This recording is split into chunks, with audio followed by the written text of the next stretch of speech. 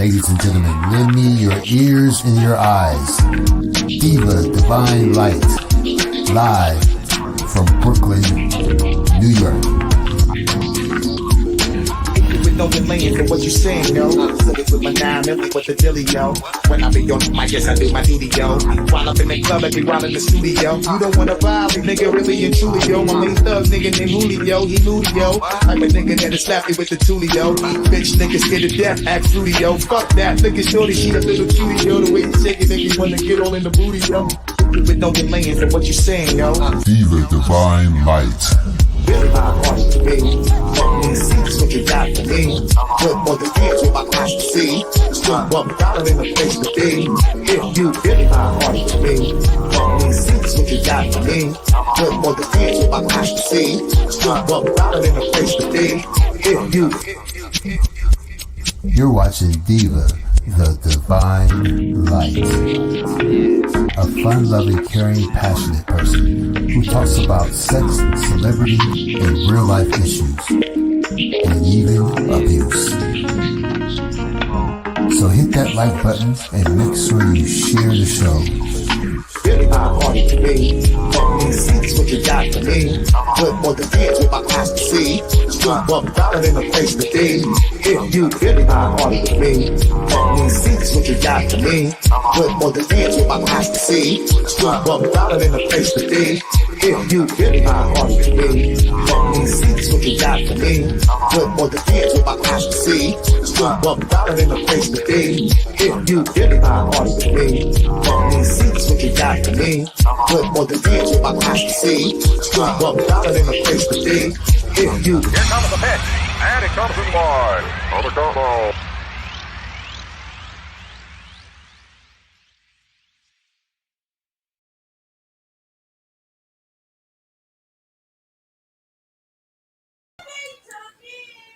Hey, hello everyone. Good afternoon.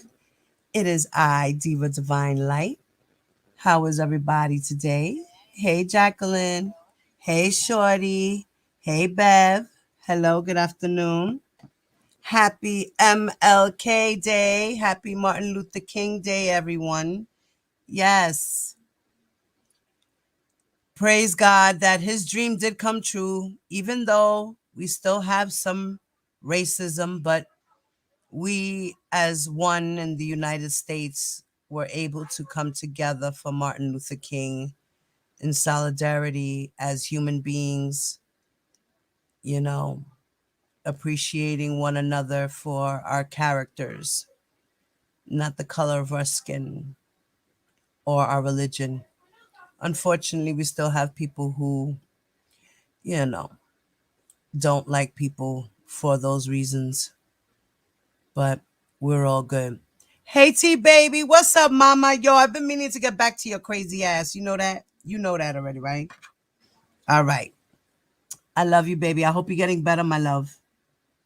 I see you out here, so yeah, that means you feeling good, girl.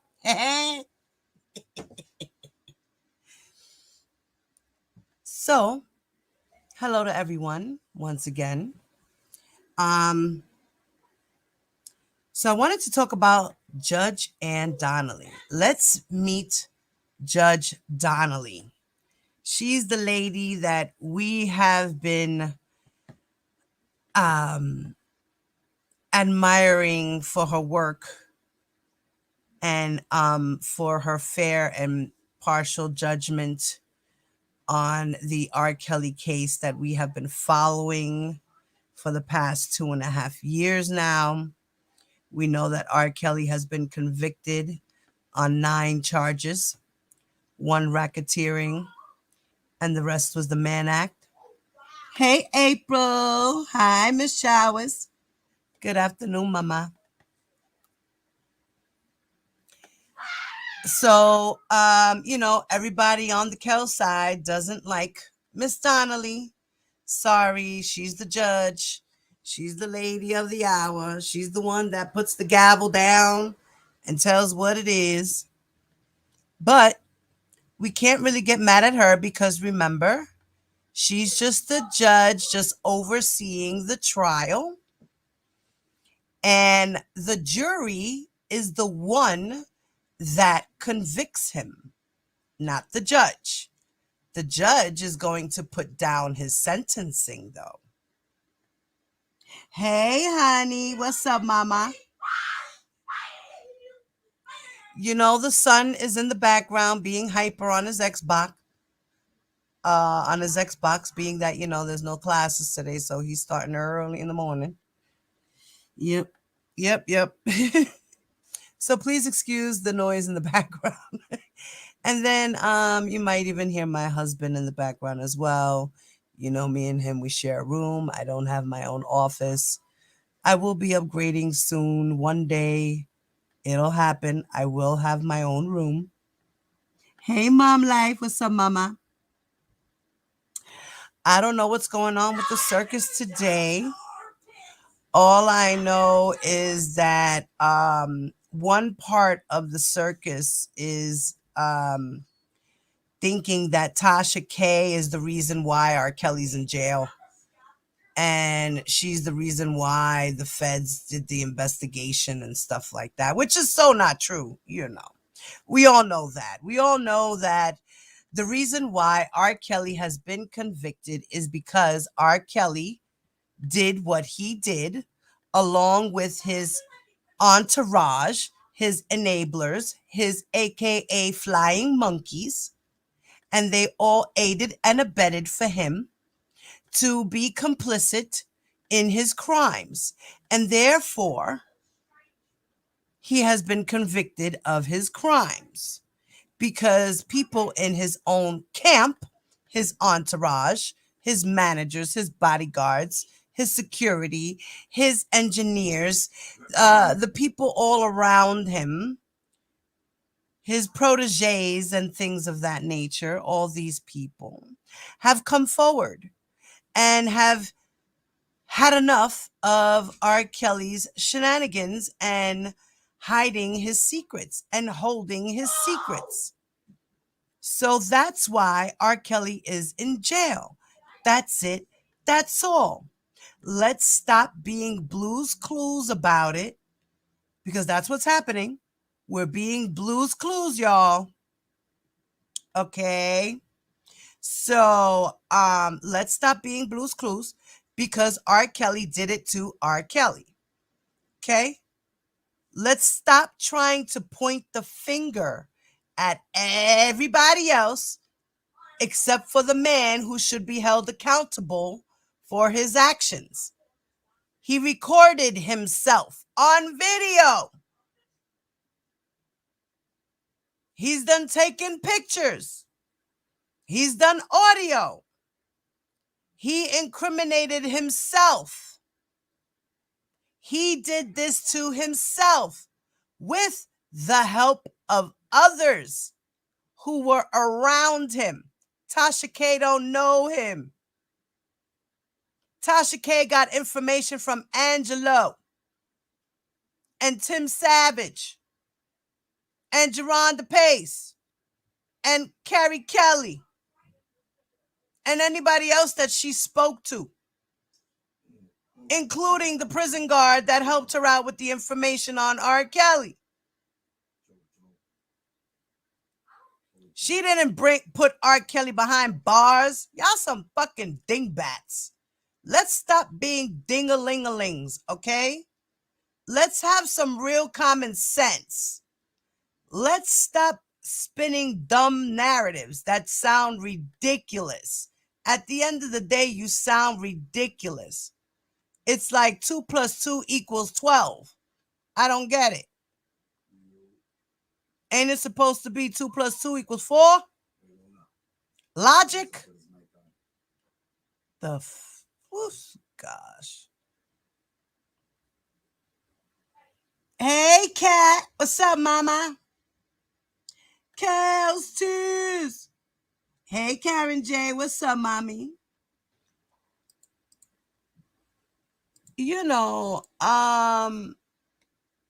This is bananas.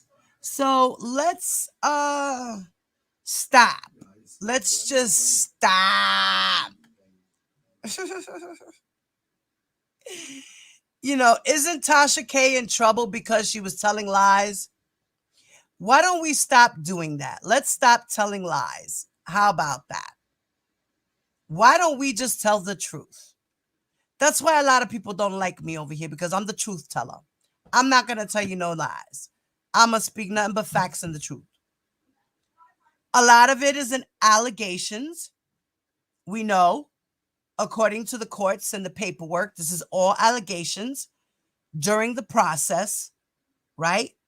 He gets his due process, he goes to court, and then comes the trial, and then comes the conviction, right? So we're just giving out information that is alleged and facts. Nobody over here on this side is adding things, manipulating situations, trying to be Blue's Clues. Who stepped on whose toe on Monday and Tuesday? This one licked that one's butt and things of this nature. This is not going on over here. Not at all. We're not trying to do that. We're not doing that. I don't like to mislead the people. The people that like to mislead the people are those flying monkeys, shall I say. Hey, Samara, what's up, mama? No, you cannot have one. Miss April just say massive hello to all of you guys. Loves and kisses. I know it'd be a lot to have to say hello to everyone individually. It is a lot. You're right, Miss April. It is a lot. So just say a massive hello to all. Like, I'm going to say a massive hello to all of y'all. And I'm going to get into this here. So as we know,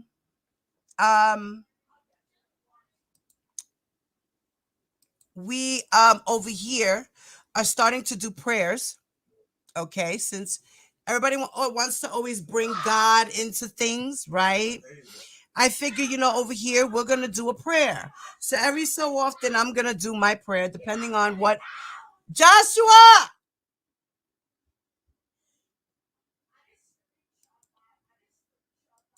Give me 1 second, guys. Sorry about that.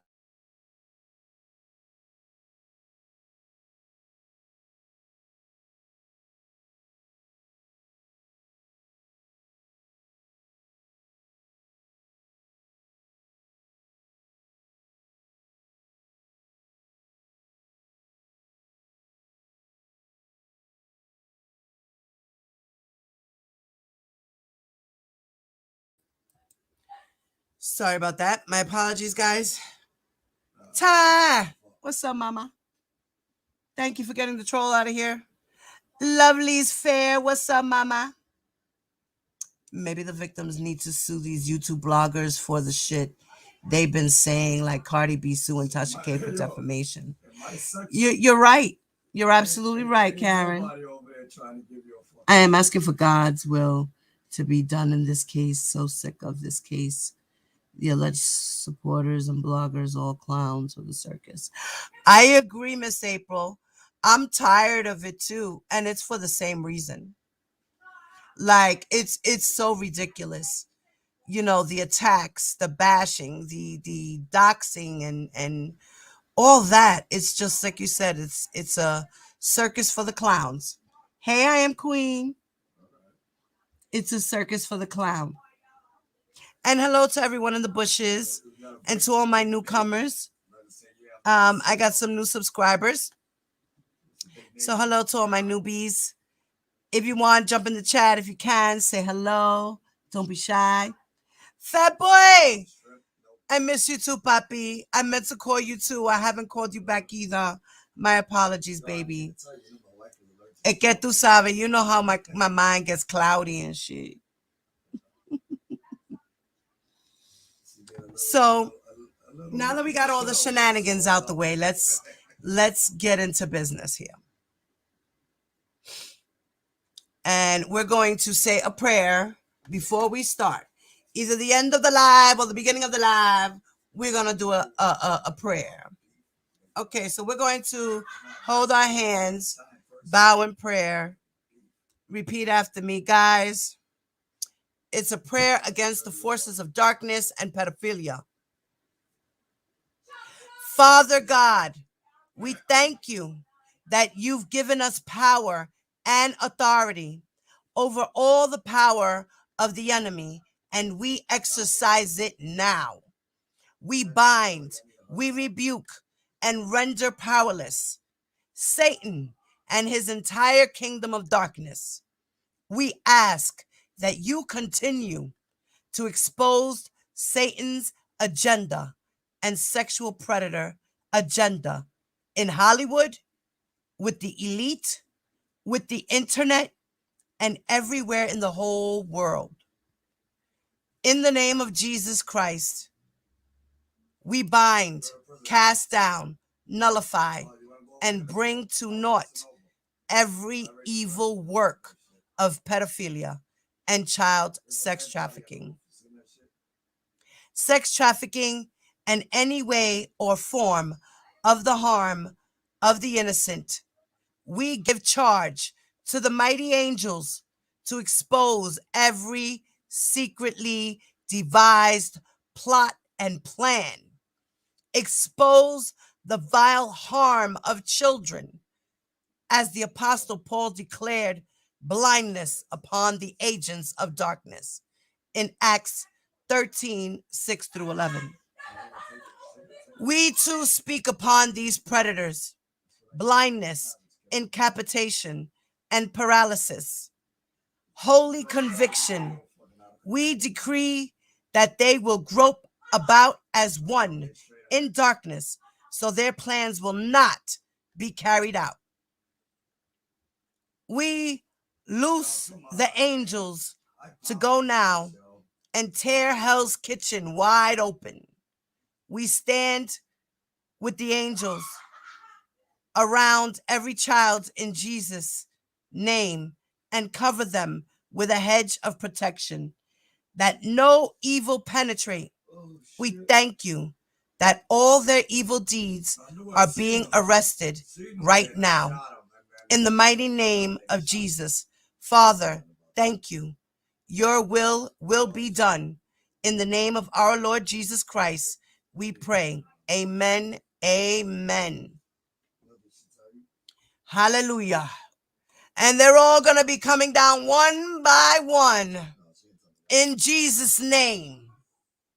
One by one in Jesus' name. They will be going down one by one. Every elite in the world,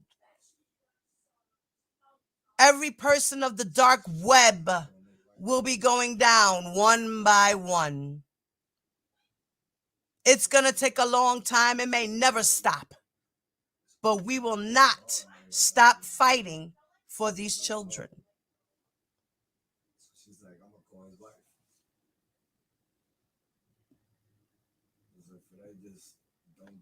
Amen. Now, we wanted to meet Judge Donnelly. Who is Judge Ann Donnelly? Ann Donnelly is a judge for the United States District Court for the Eastern District of New York. Now, President Barack Obama, he nominated Donnelly to the United States District Court for the Eastern District of New York on November 20th, 2014. She was confirmed to the position on October 20th of 2015. She received her bachelor's degree from the University of Michigan in 1981 and her JD degree from Ohio State University College of Law in 1984. Hold on one second, guys.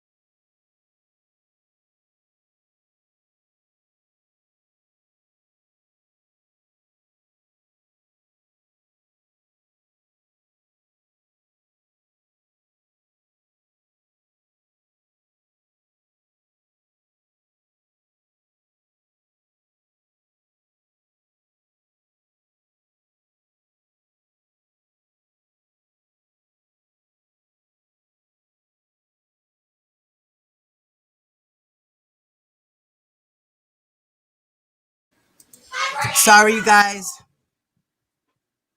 I'm back.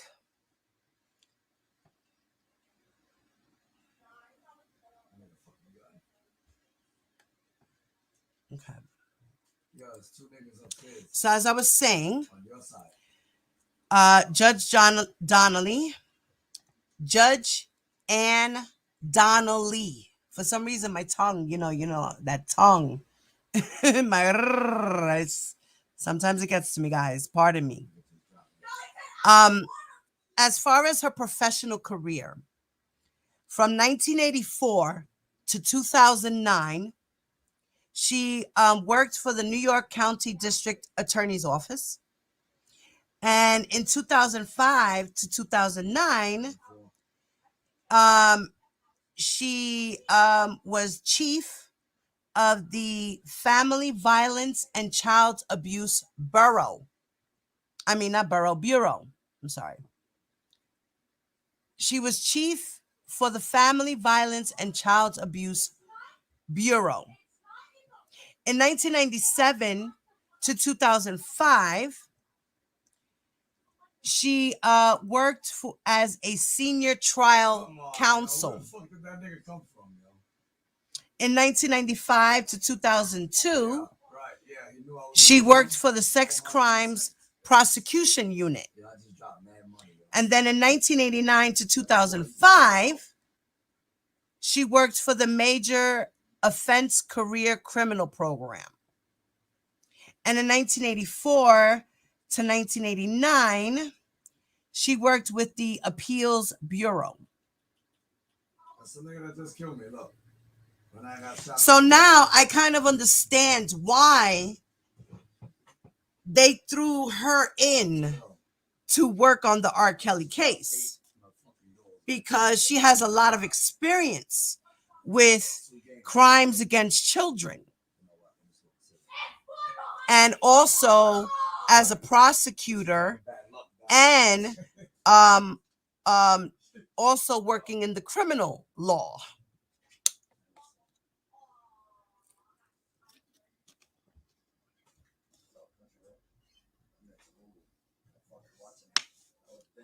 So, as far as her judicial career, she received the nomination to the United States District Court for the Eastern District of New York from Barack Obama, right, on November 20th, 2014.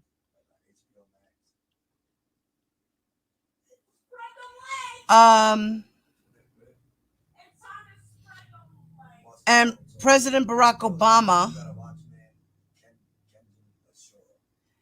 had said to, when they were doing the nominations, he said, and I quote, "These individuals have had distinguished legal careers, and I am honored to ask them to serve as judges on the federal bench.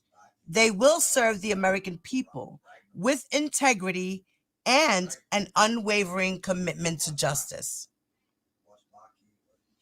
Now, Judge Donnelly received a rating of unanimously qualified from the American Bar Association.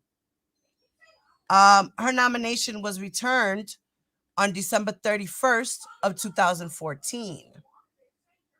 She was renominated by President Barack Obama on January 7th of 2014.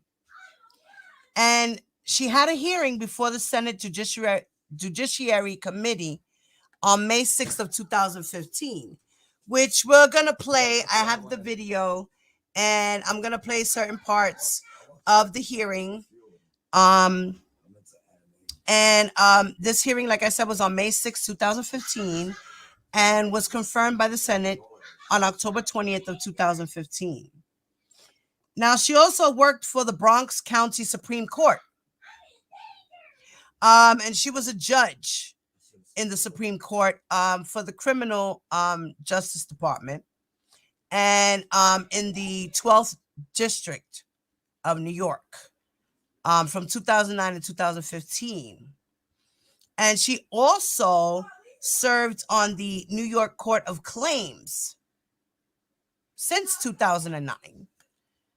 And then it says that her term was scheduled to expire in 2017, but then she was confirmed to a position in the United States District Court for the Eastern District of New York. So, she got into the next field right away, which was a blessing, thank God,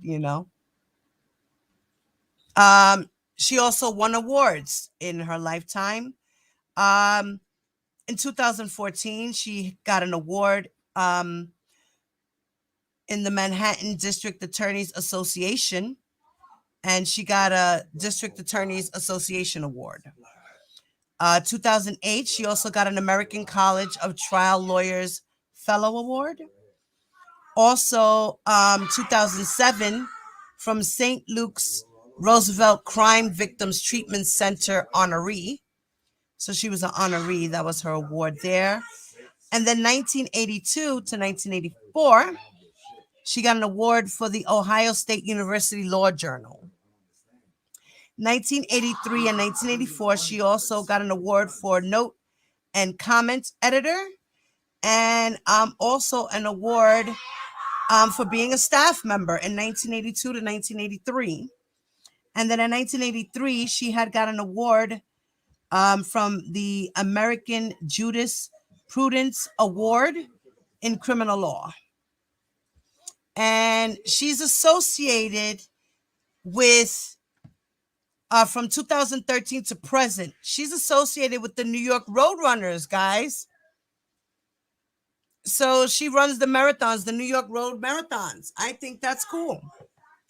And in 2011 to present, she also is associated with the Prospect Park Track Club. So she's a runner. Big up, shout out to Park Slope, Prospect Park. That's my hood. That's where I grew up. Park Slope is in the building. Prospect Park. I grew up all over that park. So she's in the track club. And she's also associated with, in 2009 to present, she's on the advisory board for the Thurgood Marshall Jr. mock trial program. So she helps junior lawyers out. And I have some videos here that we're going to go through and check her out and see her work and who she is. As I said, she also worked in the 12th Supreme Court Judicial District. All right.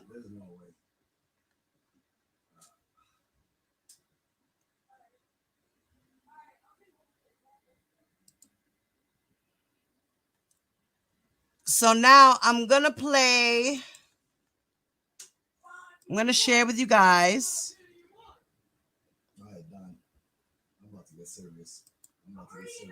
I do not own the rights to the video that is about to be played in this live. This video being played is for education purposes only. And this is the confirmation hearing on May 6, 2015, where they nominate 3 judges. And one of them is Judge Donnelly. Yeah, she's a runner. She's a track star. Yes. Hey, Vanetta. What's up, Granny? Hi, Top Notch. What's up, ladies who just walked in the building? And anyone else I missed, hello. Guys, don't forget to hit that like button. Thank you. Share and subscribe. Okay, so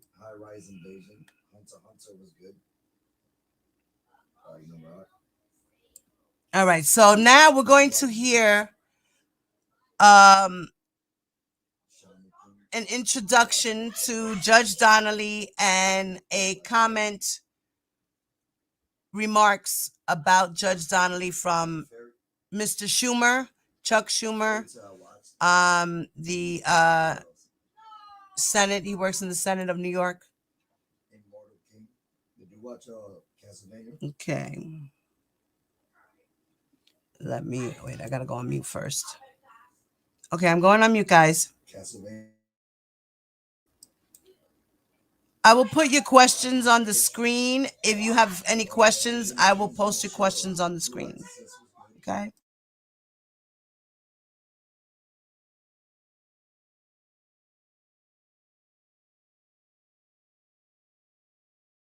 Judge Anne Marie Donnelly, who currently serves in the New York State courts. Judge Donnelly is a graduate of the University of Western New York. Will be incredibly lucky to have him on the bench. And now let me turn to Judge Anne Marie Donnelly, who currently serves in the New York State courts. Judge Donnelly is a graduate of the University of Michigan, received her JD from Ohio State University College of Law. Upon graduation, Judge Donnelly joined the New York County DA's office, one of the finest state prosecutor offices in the nation. She served for a quarter of a century, and her reputation there is legendary. When you mention that you know Ann Donnelly to anyone who served in DA Morgenthau's office, one of the finest DA's office in the country, they say she was one of the best. She is really admired, even though she's been out of that office for quite a while now. She accumulated recognitions and awards along the way. She worked in the Appeals Bureau and appeared regularly in the Appellate Division and the New York Court of Appeals.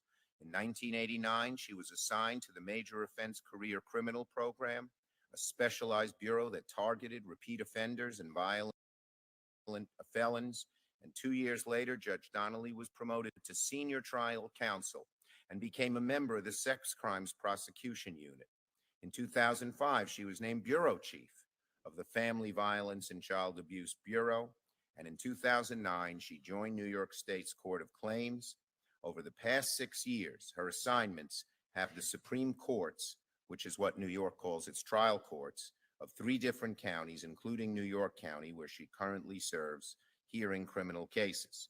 Her stellar academic record, her lengthy career in public service, years she has spent honing her judicial acumen, all clearly qualify Judge Donnelly as an excellent candidate for the bench.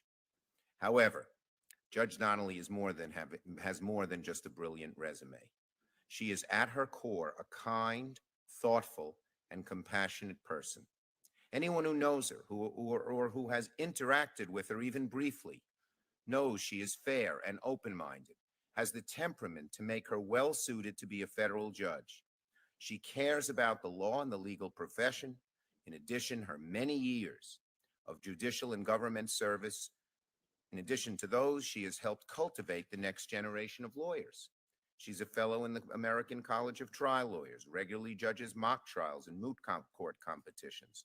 She serves as a judge for the Jerome Prince Memorial Moot Court competition at Brooklyn Law School.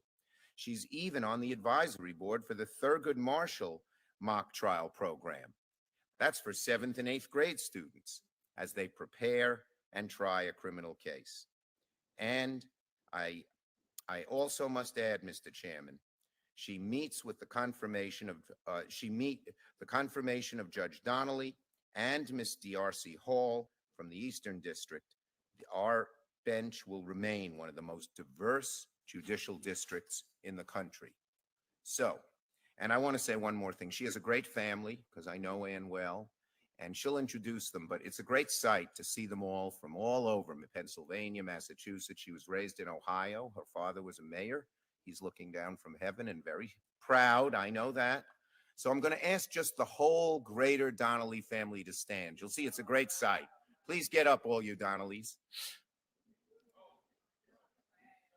There they are, in their glory.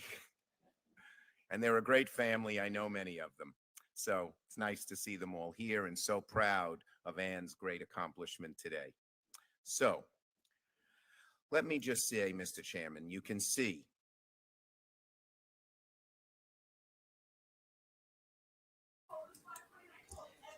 So, as you can see, she comes in with lots of great honors. She has a lot of judicial experience and law experience.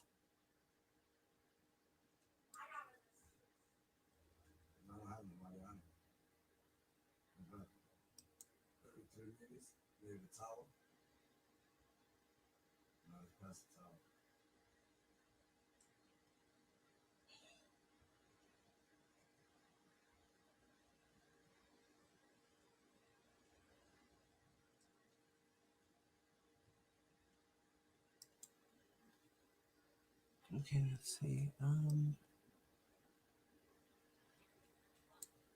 Okay.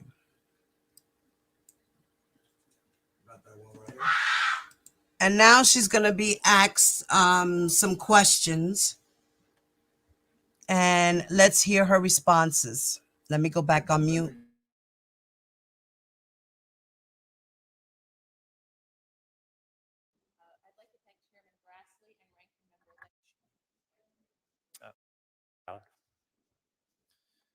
Well, thank you, Judge Rose. I know that from time to time when I'm on C-SPAN, my mama still post on Facebook how proud she is. So I'm sorry that your parents are not here to see this, but congratulations, Judge Rose. Judge Donnelly.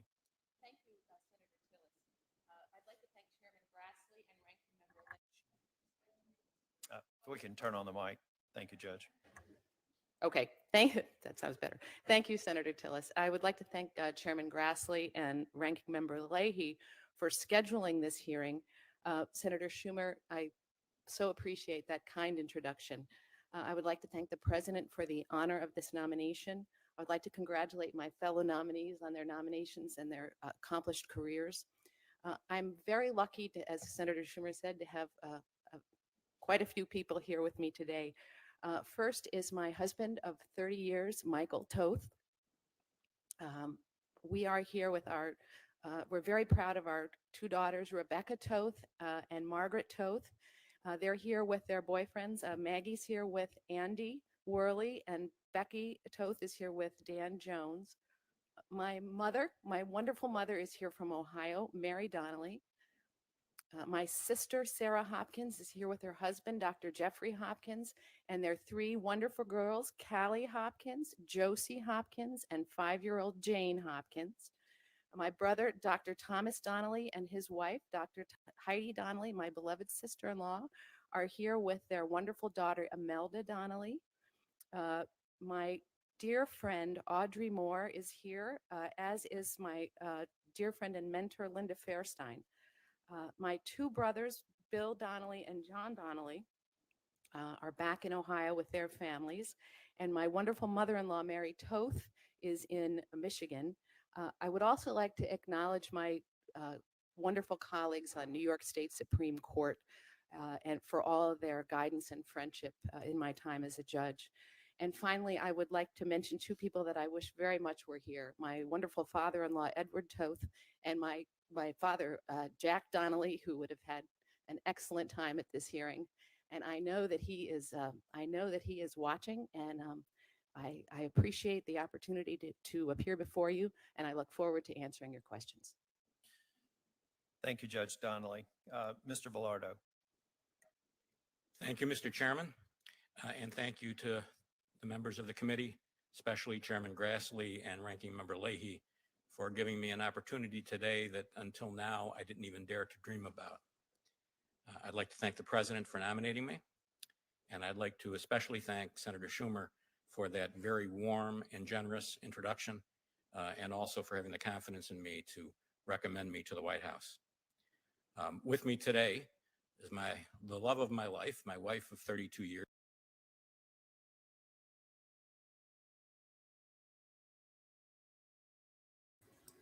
So she gave her little introduction and she said thank you to everyone.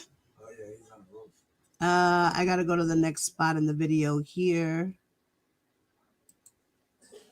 And Judge Donnelly, from your questionnaire, it appears that you have limited experience with civil matters. In practice or as a judge. If confirmed as a federal district court judge, you'll be presiding over both civil and criminal matters. What have you done or will you do to prepare yourself for that side of the law? Thank you for that question, Senator Tillis.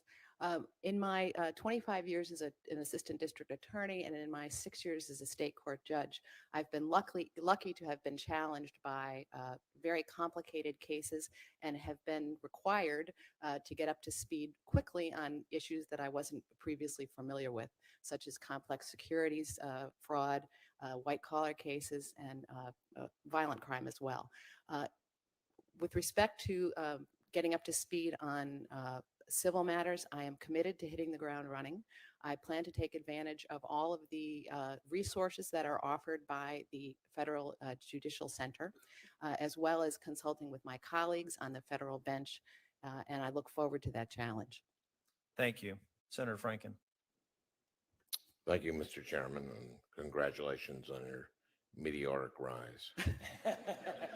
Say that again. My mom's listening. Mrs. Tillis, congratulations on having a son who is chairman this early in his Senate career.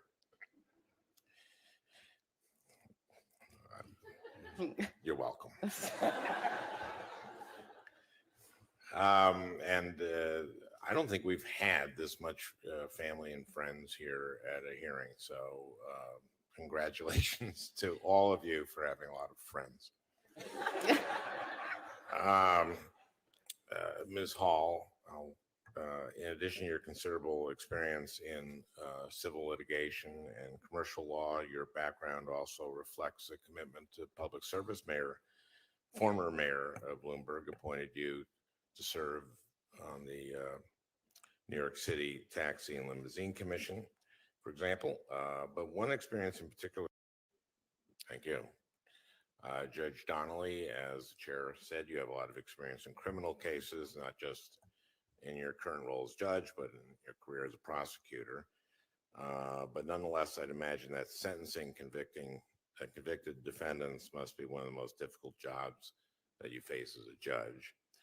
Could you talk about the approach you take to sentencing and how that has been informed by your time as a prosecutor, and looking forward how you would balance the need for sentencing with the need for rehabilitation in particular cases?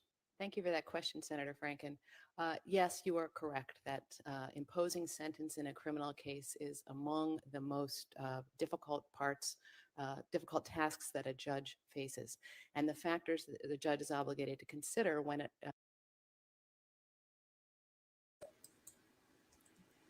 Now, guys, we're going to pause for a second because this is going to be a teaching moment. I want you guys to pay attention to what she's about to say, because he asked her about how is she going to be as a judge and posing sentences and going by the law and this, that, and the third, right? So this is her response. Pay attention to what she says. I'm going to rewind it a little bit again.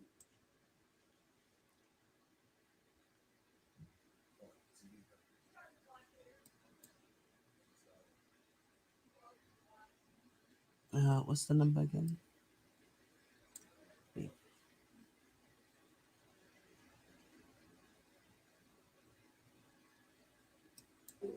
Thank you. Judge Donnelly, as said, you have a lot of experience in criminal cases, not just in your current role as judge, but in your career as a prosecutor. But nonetheless, I'd imagine that sentencing convicted defendants must be one of the most difficult jobs that you face as a judge. Could you talk about the approach you take to sentencing and how that has been informed by your time as a prosecutor, and looking forward how you would balance the need for sentencing with the need for rehabilitation in particular cases? Thank you for that question, Senator Franken. Yes, you are correct that imposing sentence in a criminal case is among the most difficult tasks that a judge faces, and the factors that the judge is obligated to consider when determining the sentence to impose includes many factors: the severity of the crime, the effect on the community of where I am currently sitting in Manhattan, the effect on the particular victim, and the defendant's background as well. The cases that I have been presiding over most recently often involve devastating crimes to our communities involving gang violence and murders, and the sentences are necessarily heavy. But frequently in our courts, we see very young defendants, and that is the place where I believe that our judicial system has the opportunity to perhaps turn someone around. In New York, you have the opportunity of affording a defendant youthful offender treatment, which I have done on many occasions. It's certainly a risk to the that a judge takes when you do that, but it is certainly one of the tools that you have to perhaps save someone from what is bound to be a life of crime if they're not turned around. Thank you very much. Sorry I didn't get to you, Judge, but I'll deal with them. but Senator Klobuchar is.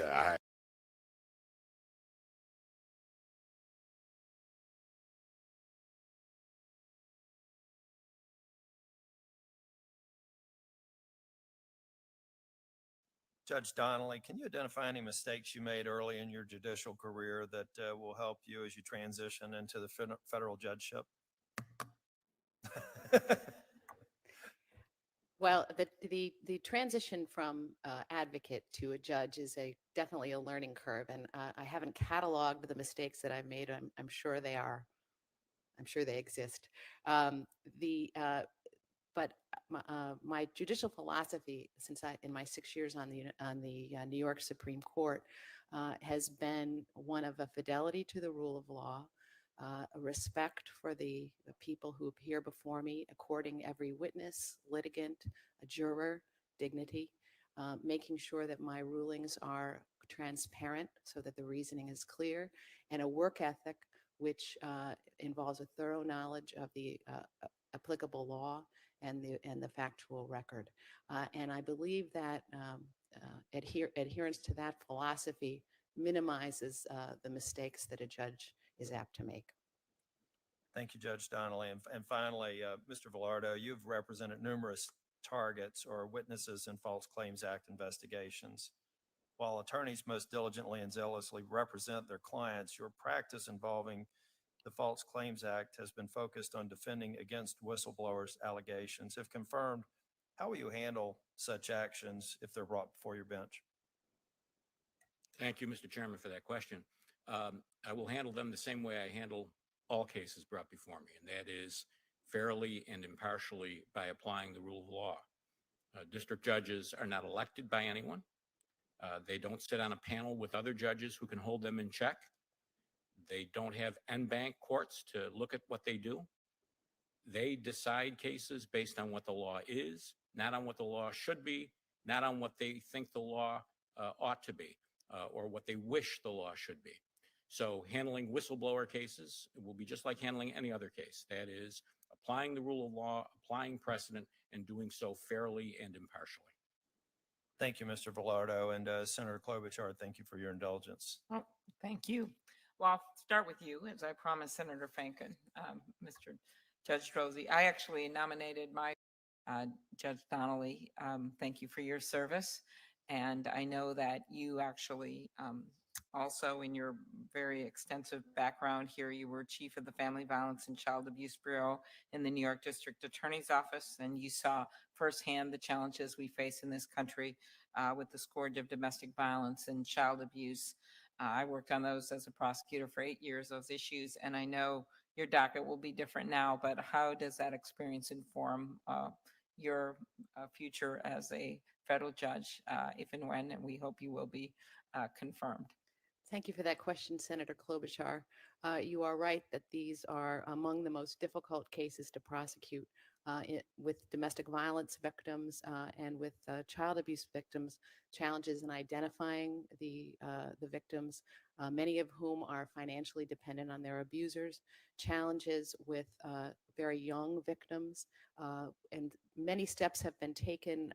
It's been some time since I've been active in that role, but the use of child advocacy centers where a child abuse victim gets all services at one location without the need for multiple interviews, and having the opportunity to work with those children was one of the most meaningful and affecting experiences of my life. To see children who have suffered so much to have been so resilient and so able to survive unimaginable situations. I hope that it will make me a better judge. I feel that it has in my 6 years on the Supreme Court. I'm very lucky to have had that chance, and I thank you for the question. Thank you. Mr. Velardo, I see.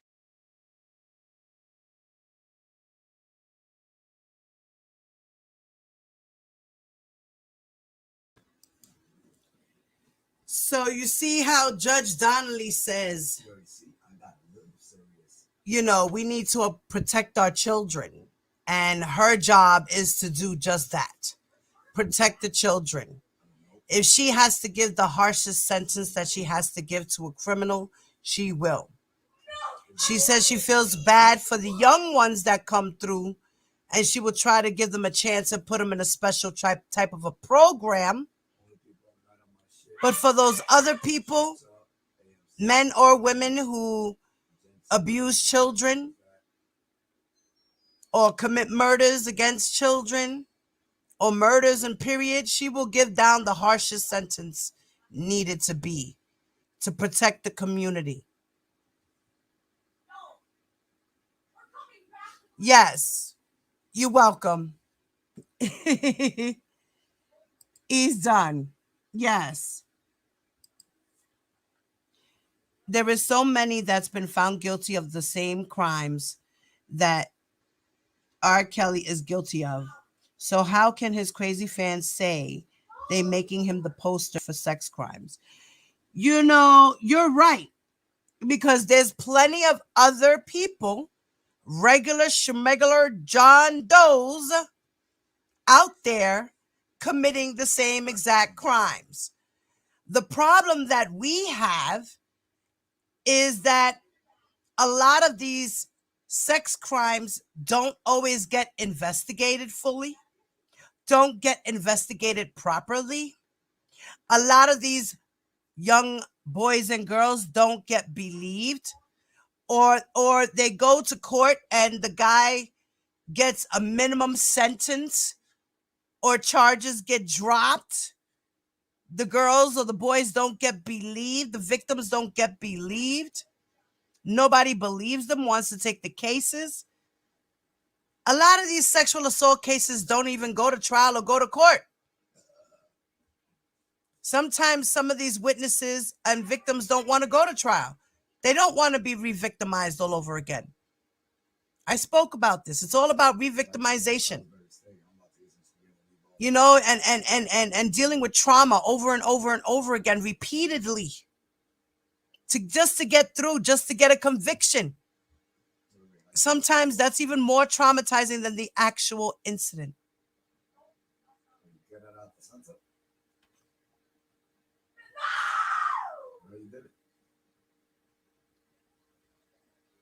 Right, it's to protect the children.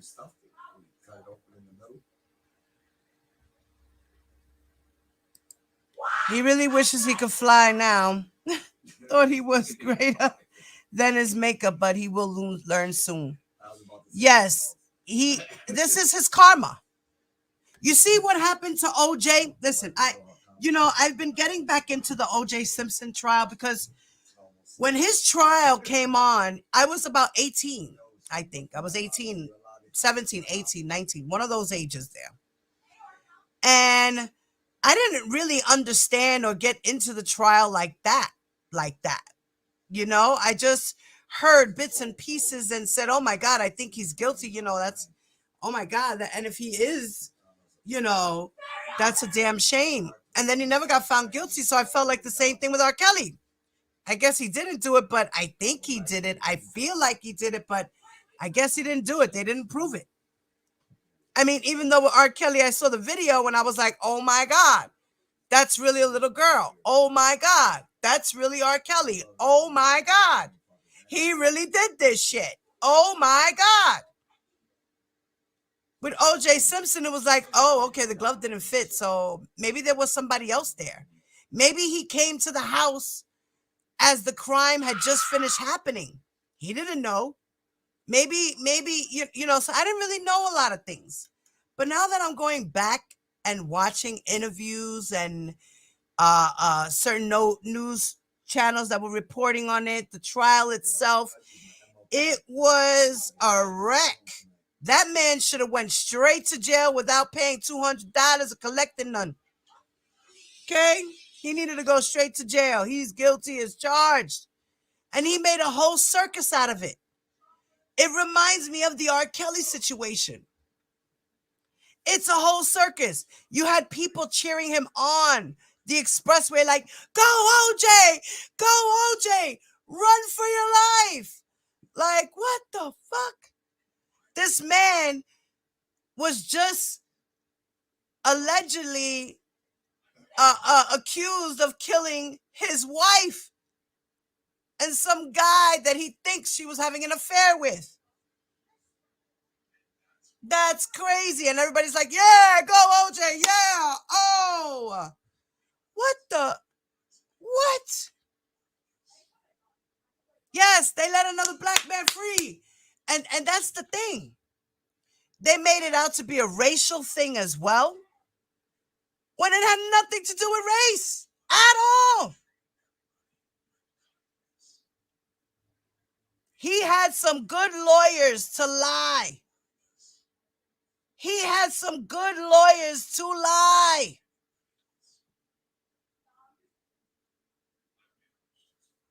There's a lot of puzzles to this crime that just did not wind up in court. It's crazy. Blood evidence and everything. Like, they threw out a lot of stuff. You did, Queen Newton? Crazy, right? I got another one that I want y'all to check out too. How they were talking about how it's probably another guy.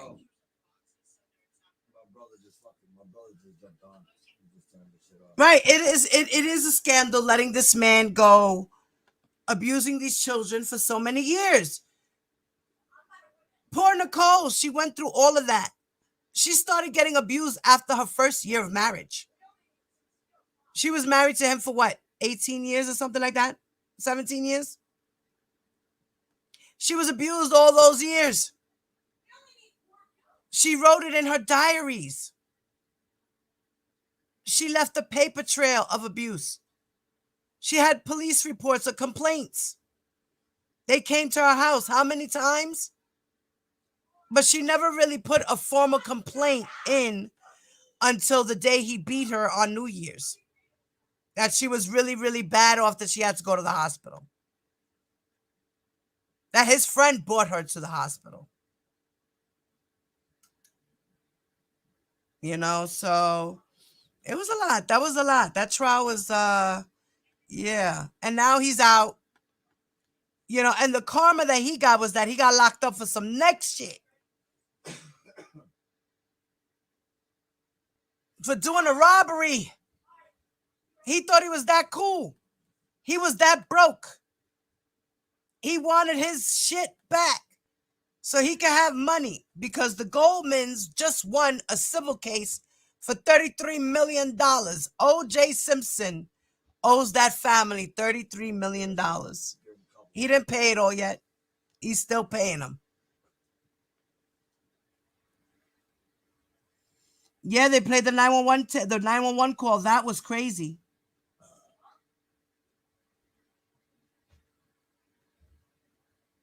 A lot of people turned the blind eye for R. Kelly. You know, people in the judicial system, the lawyers, turned the blind eye for O.J. Simpson. Even R. Kelly. But I think Greenberg is not going to do that. Greenberg wants to win his case. He don't want to be a loser. And he knows R. Kelly's going to lose no matter what lawyer he gets. There's no way he can win this case. And he doesn't have Johnny Cochran, Robert Shapiro money. Can't do it.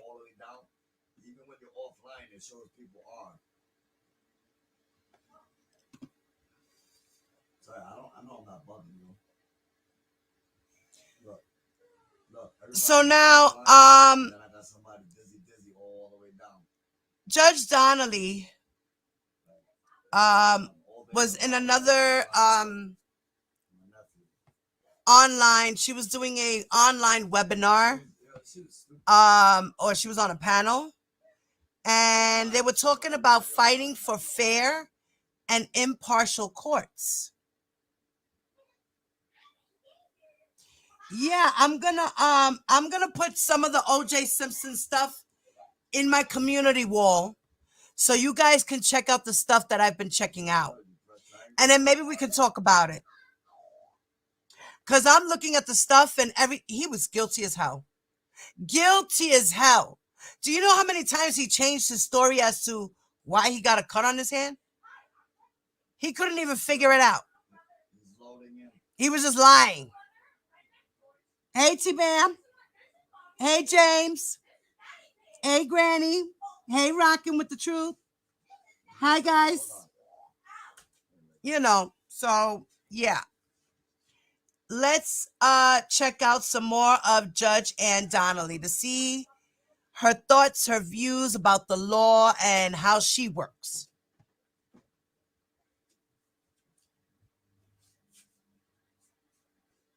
He had blood all over him. He took off his clothes. What do you think was in the duffel bags? What do you think he was trying to get rid of? What do you think was in that duffel bag that in that suitcase, whatever it was, that he gave to the Kardashian, to Robert Kardashian, that Robert Kardashian walked off the crime scene with the stuff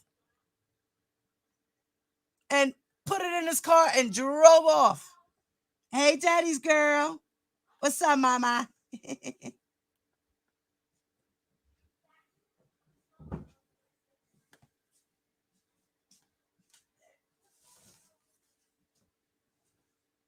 She changed her name to daddy's girl. What's up, baby? Diva time. What's up, mama? He tried to commit suicide. Yeah, he tried to commit suicide. He was just trying to put on a show. He's such a great actor. Are you kidding me? Another R. Kelly. I swear to God, he is a narcissist to the 10th degree, that man.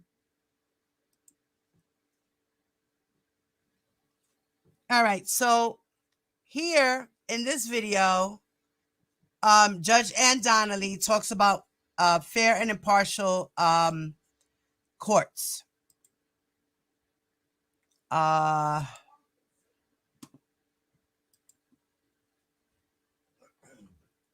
I'm going to share this with you guys. Oh, yeah. All right. Just a second.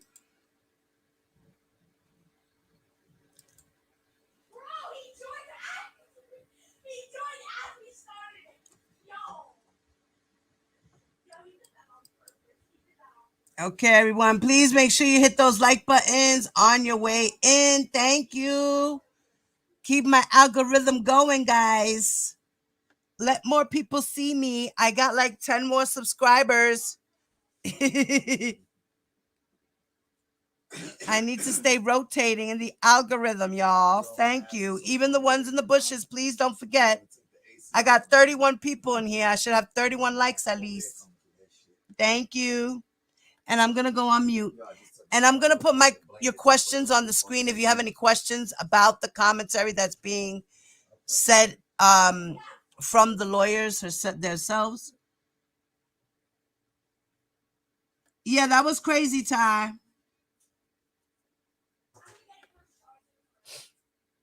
We'll get to OJ another day for sure. That'll be a good conversation.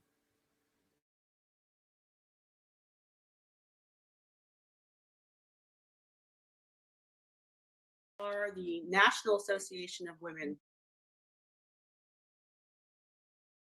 100th anniversary of that horrific event. Those are just two of many programs we have coming down the pike, and I really hope you'll consider joining us for these and future free events. Now it's my honor to set up part one of this program. The presentation you're about to see is thanks to two organizations doing incredibly important work to support the role of the judiciary in our democracy.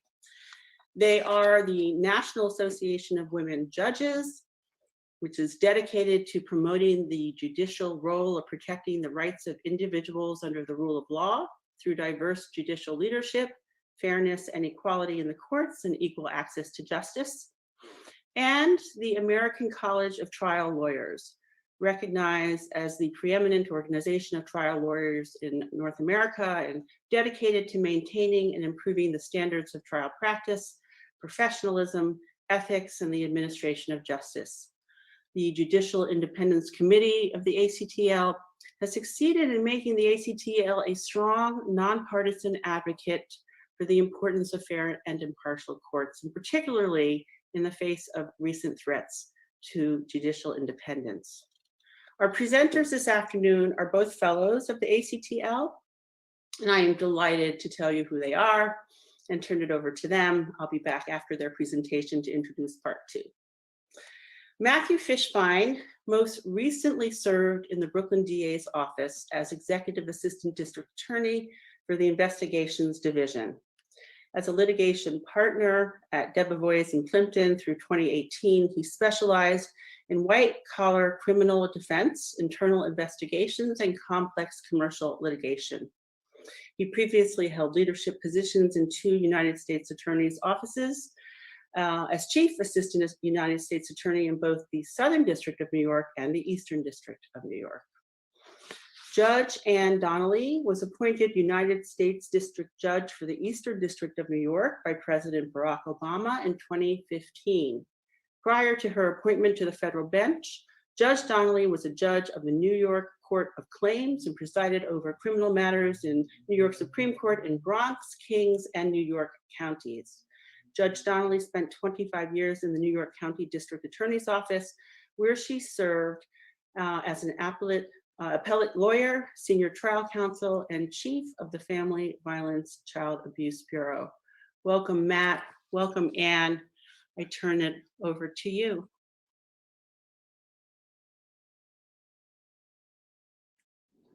You're muted, Matt. Okay, already getting off with a glitch, but thank you very much, Marcia, and thank you to the Brooklyn Public Library Center for Brooklyn History for hosting this event.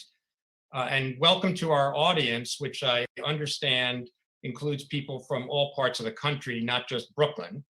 And that is particularly appropriate because our topic this afternoon is one of national concern, the threat to the independence of the judiciary.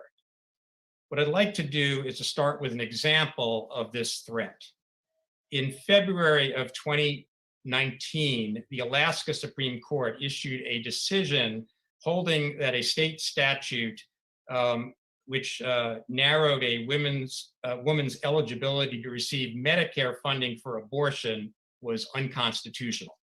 The court found that it violated the Equal Protection Clause of the state constitution because it imposed more onerous Medicare eligibility requirements on women who were seeking abortion than women who sought to carry a pregnancy to term.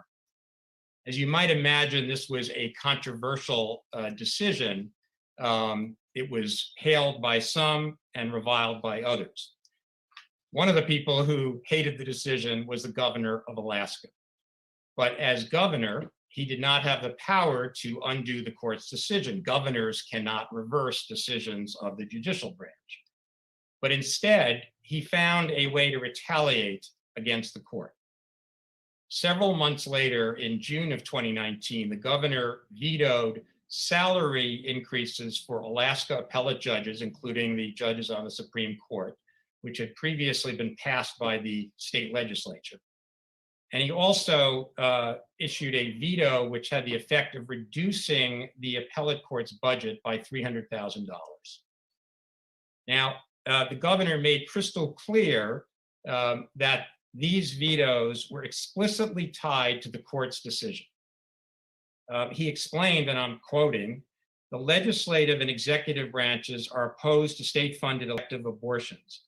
the only branch of government that insists on state-funded elective abortions is the Supreme Court. And so, he explained, he was reducing the court's budget by the annual cost of elective abortions. Now, regardless of whether one believes that the Alaska court's decision was correctly decided, the Alaska governor's actions raised severe concerns because they challenged the very underpinnings of our constitutional government, that the courts are the final arbiters of the law, final arbiters of what the Constitution means, and should be insulated from political considerations and retribution. Regrettably, as you'll soon see, the Alaska veto did not stand alone. It's just one example of a growing trend in many states across the country that challenge the independence of the courts and their role in our system of government. Our program today is going to focus on the importance of fair and impartial courts to the rule of law. And we're going to examine some of the recent challenges to maintain that status. That's going to happen in the second portion. As Marcia said, Matt and I are going to present a short refresher that the American College of Trial Lawyers and the National Association of Women Judges put together on the role that the courts play in our constitutional system and how that role is different from the roles of the other branches of government. It's a nonpartisan refresher that is intended to be a good lead-in to the panel discussion that's going to follow. So I mentioned the rule of law. John Adams defined a republic as a government of laws, not men. Today, we would say a government of laws, not people. And what that means in simple terms is that no one is above the law, regardless of that person's position in the government or society, or regardless of how powerful that person might be.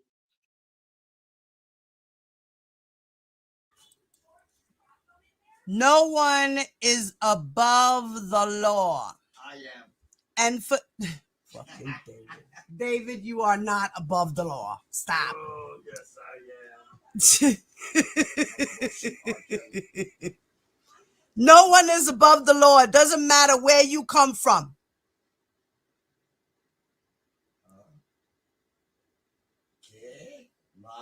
As a judge, she knows no one is above the law. She don't care how much money you got, how many silver spoons you were born in your mouth, how many records you made, none of that.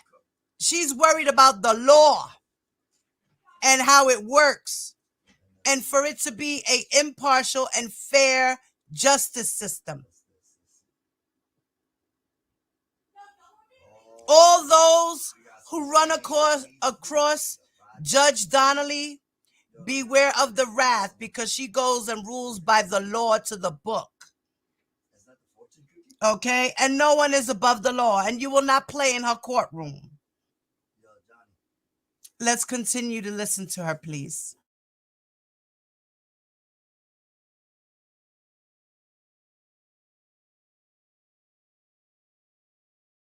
Is that no one is above the law, regardless of that person's position in the government or society, or regardless of how powerful that person might be.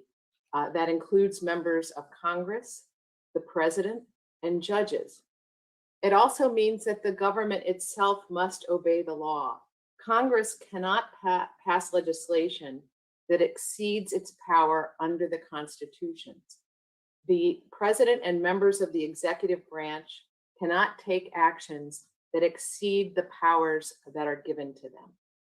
So the principal role of the courts in our system is to follow and enforce the rule of law, regardless of any political consequences. So Judge Donnelly and I are going to focus on 4 topics. The first is we will examine the unique role of the judicial branch in our constitutional design. We'll distinguish between what judges do and what other government officials do. We'll evaluate the significance of the judicial branch and the need for fair and impartial courts. And then we will explore some of the recent challenges that are facing the courts. Next slide, please.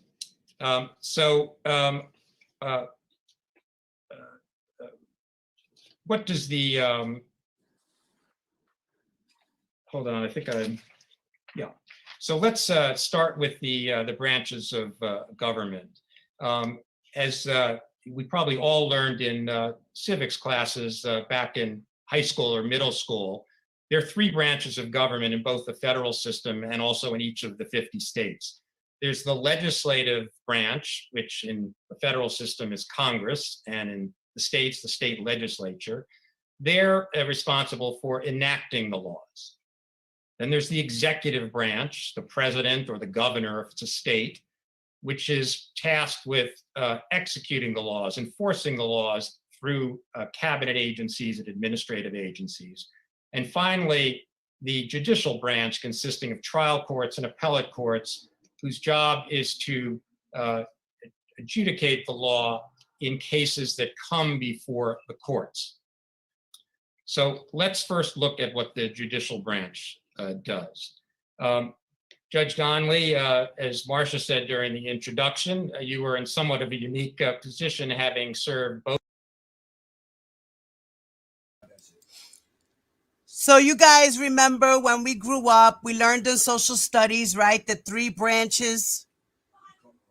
And it's the judicial, the executive, and the legislative. Those are the three branches of the states. And they go by Congress, the higher up, and then the judicial system.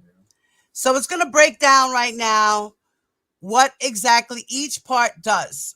Just refreshing our memories of what the legal process is and how it really works and where it starts from. Okay? And they're pretty good at breaking this stuff down. So this is a teaching moment, guys. Both as a state court judge and now as a federal judge. Why don't you start by telling us what exactly do judges do?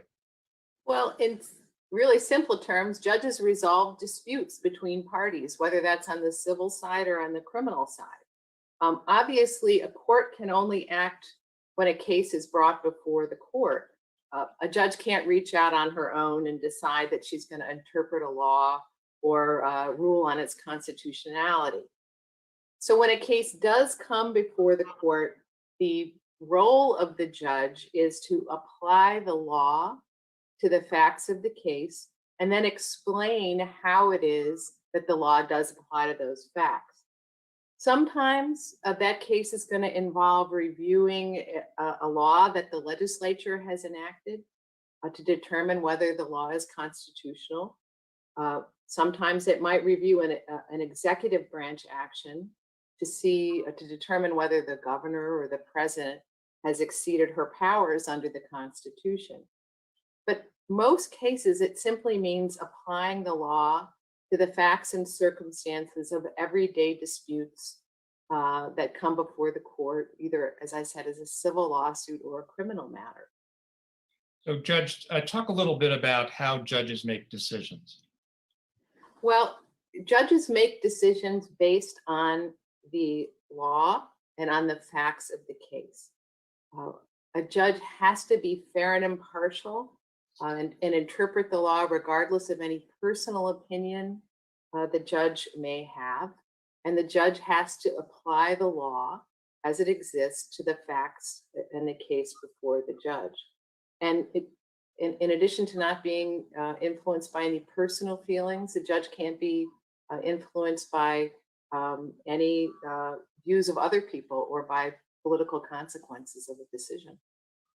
So what does it mean to follow the law? How does a judge determine what the law is that applies to a particular set of facts and circumstances? Well, depending on the case, the judge is going to use different sources to determine what the law is. We don't start with a blank slate. So we'll look to the Constitution, the US Constitution or the state constitution. We'll look to statutes that have been enacted by the legislature and also to prior judicial decisions. All judges, at least in the district court and in the mid-level courts, are bound by what's called stare decisis, which means that we must follow decisions of superior courts that have been decided in similar cases. So as a district judge, I'm obligated to follow the Second Circuit, Court of Appeals, and the Supreme Court of the United States. Sometimes there's no guidance from the Second Circuit, and a judge may look to decisions in other circuits to make a decision.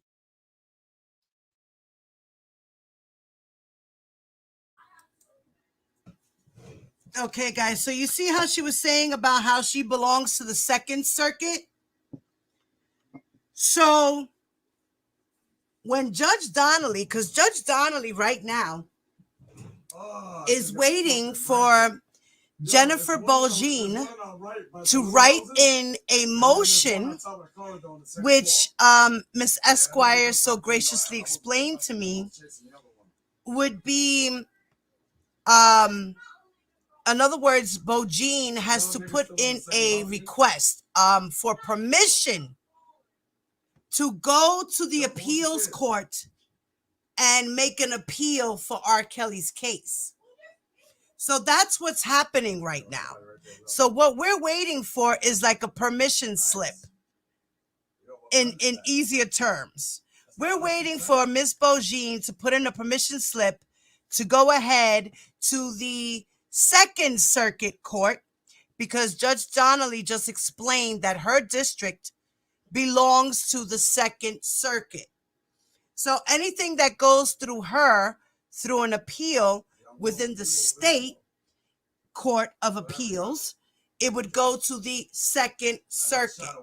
So when R. Kelly, if Judge Donnelly does give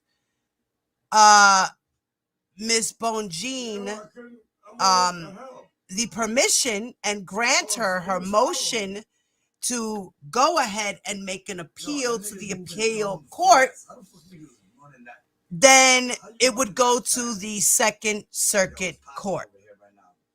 That's what happened the last time when they did the appeal for his bond. Remember? Back in February of 2020.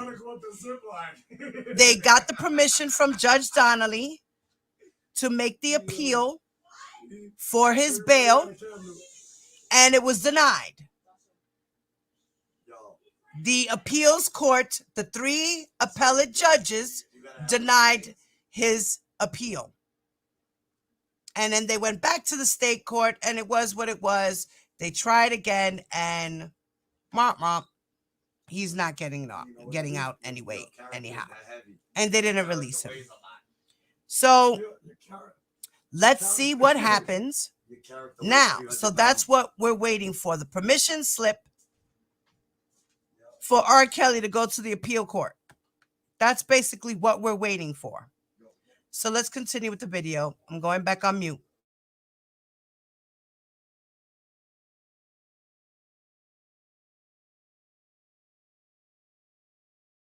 To prior judicial decisions. All judges, at least in the district court and in the mid-level courts, are bound by what's called stare decisis, which means that we must follow decisions of superior courts that have been decided in similar cases. So as a district judge, I'm obligated to follow the Second Circuit, Court of Appeals, and the Supreme Court of the United States. Sometimes there's no guidance from the Second Circuit, and a judge may look to decisions in other circuits to make a decision. Thank you. You referred to the fact that sources of law could include state statutes, federal statutes, the Constitution. In determining the governing law, judges must sometimes analyze competing sources of law, sometimes which are in conflict. As you can see from this chart, there's sort of a level of law. The federal law and the U.S. Constitution take are a priority over state law. And this is because of the supremacy clause in the US Constitution, which says that federal law is supreme. The US Constitution, of course, is the highest authority, and that takes precedence over federal statutes, state statutes, and decisions from lower courts. So in our federal system of government, we have both a federal court system and a state court system. Each one of the states has its own state court system. And it sometimes seems like federal courts get a lot of the attention, but the fact is that about 90% of all cases are heard in state courts. Thank you. So you've probably touched on this somewhat in your prior explanations, but how is the judicial branch different from the other branches of government? Well, aside from the different functions that you discussed earlier, the principal difference is that the judiciary is not a political entity. The legislative and executive branches are political entities, and courts are meant to be insulated from politics. And that's true even if judges are elected to their positions.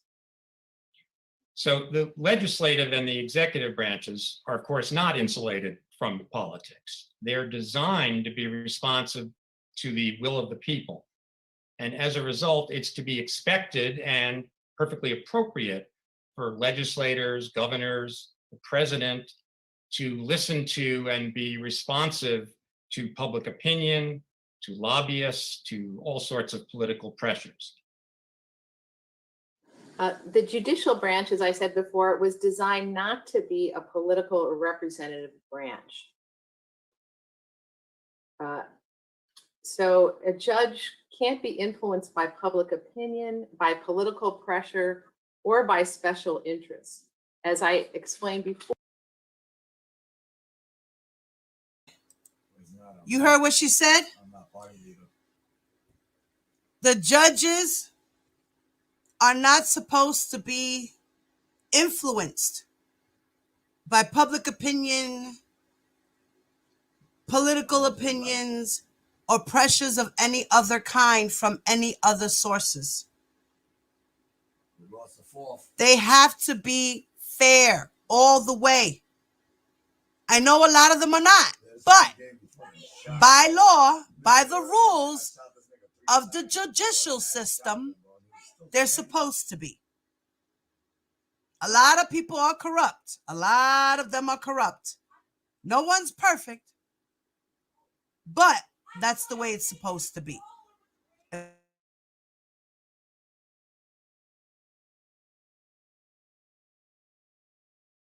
They're designed to be responsive to the will of the people.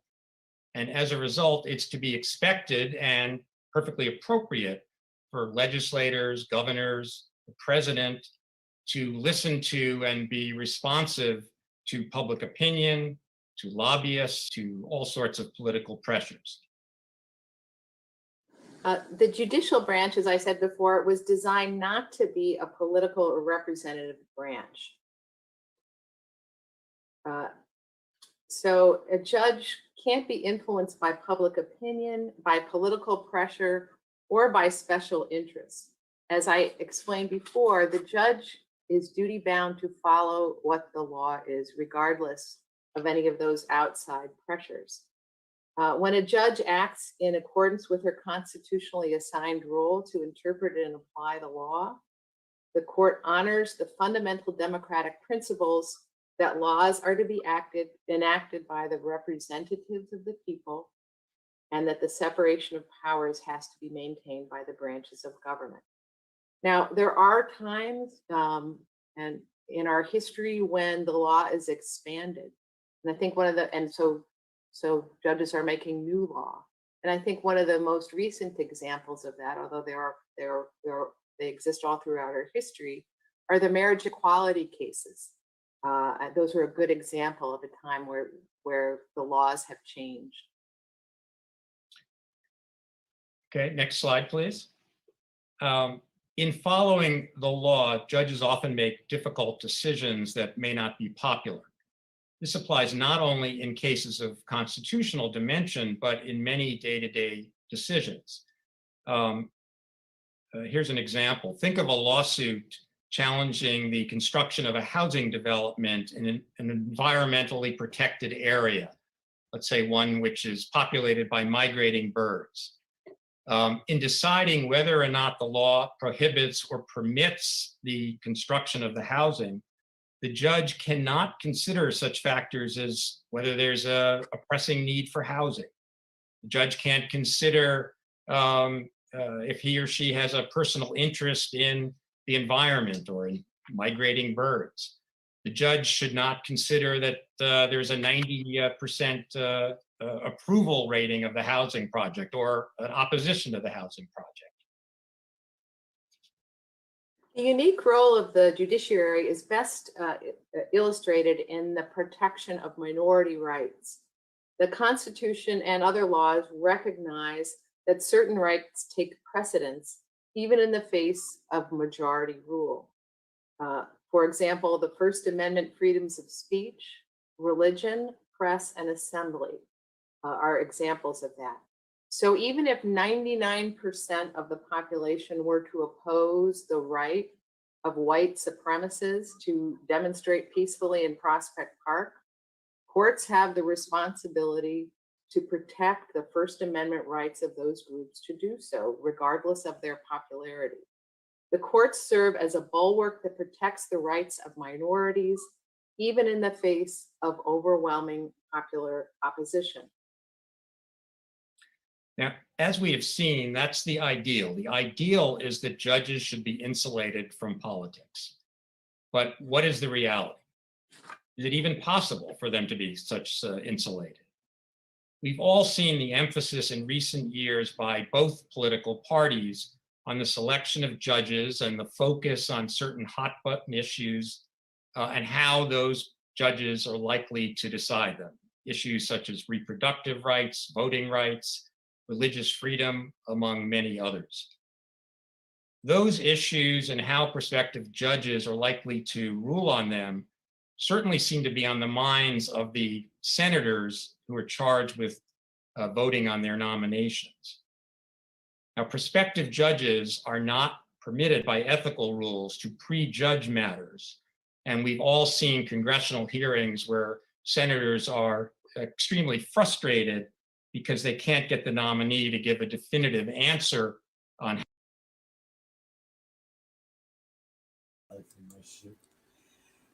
Now that's a good question, T-Baby. So do the judges stay away from all media as well, or do they know how to stay impartial? That's the question. They're not supposed to, especially when they're doing, like, for instance, she's doing the R. Kelly trial, right? This is a high-profile case. She's supposed to be fair and impartial as well, right? So she herself should not be influenced by the outside as well. So they're not supposed to do that. Listen to the news. If they see it, they're supposed to ignore it. Don't look at it. You know, I mean, it flashed everywhere, news reports of R. Kelly. I'm pretty sure she watches TV. She tries probably not to watch the news. If she does, I'm pretty sure she changes the channel. If she does, who knows? We don't know. We're not in their homes, right? Who knows? That's a great question. And Miss April, for your question, his sentencing is in May, and his trial, his federal trial for Chicago, is in August. Yeah, I agree, Miss April. If the COVID continues. The federal judge that Rob has is the judge that locked Larry Hoover up. Oh, in Chicago? Linen Weber?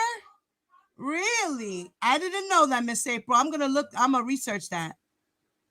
Hey, Blue Lagoon, what's up, puppy? You don't think they do? They follow the media? I mean, they're not supposed to. Well, Yeah, they have. I'm pretty sure they have, James. The bloggers have sent her 100 videos. I'm pretty sure. I'm pretty sure. With all the shenanigans they've been doing, right?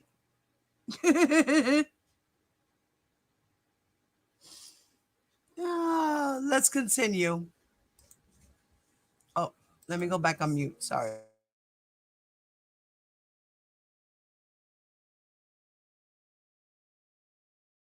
Matters. And we've all seen congressional hearings where senators are extremely frustrated because they can't get the nominee to give a definitive answer on how they would rule on a particular hot button issue. But that being said, it would be naive to suppose that politics do not enter the decision of who gets nominated and confirmed. What about after the judge is on the bench? Judge Donnelly is someone who has served on both the state and federal bench.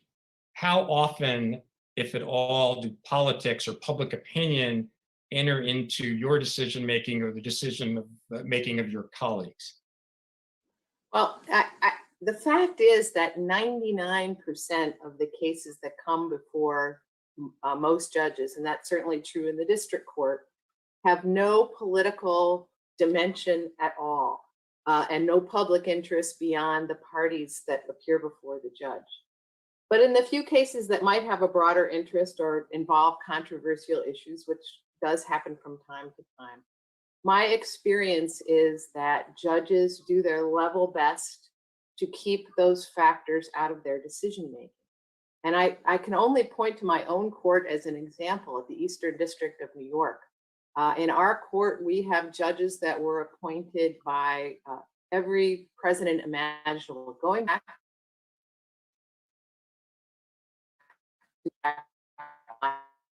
And it has been my experience on that court that every judge, to a person who appointed him or her, is studious and follows his or her duty to apply the law to the facts of the case, regardless of what the political consequences are. Now, federal judges, as you are today, are nominated by the president and have life tenure after they're confirmed by the Senate. And the only way they can be removed is by impeachment for high crimes and misdemeanors, which I think has happened just a handful of times in the history of the country. The argument for life tenure is that it helps insulate judges from public pressure and political influence once they sit on the bench. And we've all seen instances where Supreme Court justices have voted in ways that surprise people, that seem contrary to what everyone presupposed were their political leanings. But let's talk a moment about state courts, where you've said that 90% of all cases are heard. How are state court judges selected, and what type of tenure do they tend to have? So across the country, I mean, there are the state court methods of judicial selection really run the gamut, from partisan elections where the candidates are supported by political parties. There are also nonpartisan elections, gubernatorial appointments, legislative appointments, and then there are some hybrid methods. But unlike the federal judiciary, in the state court, there is no life tenure except for the 5 judges who sit on the Rhode Island Supreme Court. So the Brennan Center has prepared a slide that shows all of the ways that the highest courts in the different states are selected. And you can see by the different colors that, as I said, these selection processes they run the gamut. There are nonpartisan elections, there are merit selection, gubernatorial appointments, and various hybrids. In New York, judges reach the bench at various levels through different ways. Some are appointed by either the governor or, in the case of certain lower courts, by the mayor. There are partisan elections for judges.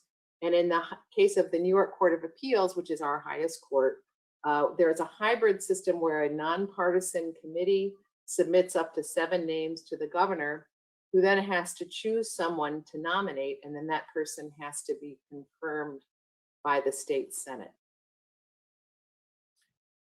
So even where judges are elected and endorsed by political parties, the ideal is that they are different from candidates running for legislative or executive offices. For instance, as I think I mentioned earlier, they're prohibited by ethical rules from saying how they will decide on various issues once they ascend the bench.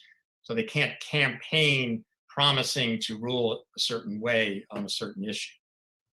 This statement from Chief Justice Roberts reflects how it's supposed to be. Chief Justice said, "Judges are not politicians, even when they come to the bench by way of the ballot. And a state's decision to elect its judiciary does not compel it to treat judicial candidates like campaigners for public office. The state may assure its people that judges will apply the law without fear or favor." Now, as I said, that's the ideal, and I expect one of the topics that the panel is going to cover following our presentation here is whether, in fact, it works out that way. Go to the next slide. In addition to concerns regarding the politicalization of the judicial selection process, another threat to the independence of courts in recent years has come from state legislatures. Take a look at this map, another graphic prepared by the Brennan Center. The yellow color indicates states that have attempted to limit the court's role or independence in one way or another. These attempts include interjecting greater politics into the selection process. One recent example is the state of Indiana, which presently has a nonpartisan selection process. There's a legislative initiative now to change that in favor of partisan elections where the judicial candidates would be supported by a political party. Some legislatures have taken actions to try to remove judges in response to unpopular decisions, such as having recall procedures. There have been efforts to punitively reduce judicial compensation, as we saw in the Alaska example. There have been initiatives to shorten judicial terms. And there have also been some states who have attempted to enact laws to prohibit state and local officials from enforcing federal court orders. One example of that is Judge Donnelly mentioned the recent Supreme Court marriage equality issue. Some state legislatures proposed legislation which would have prohibited state officials from registering same-sex couples who were looking to get married. You'll hear more about these developments from our friends at the Brennan Center in a few minutes. The trends that Matt mentioned have raised concerns from people regardless of their political persuasion. Retired Justice Sandra Day O'Connor had this to say about it. "I am anxious about the state of the judiciary in America. What worries me is the manner in which politically motivated interest groups are attempting to interfere with justice." Those words from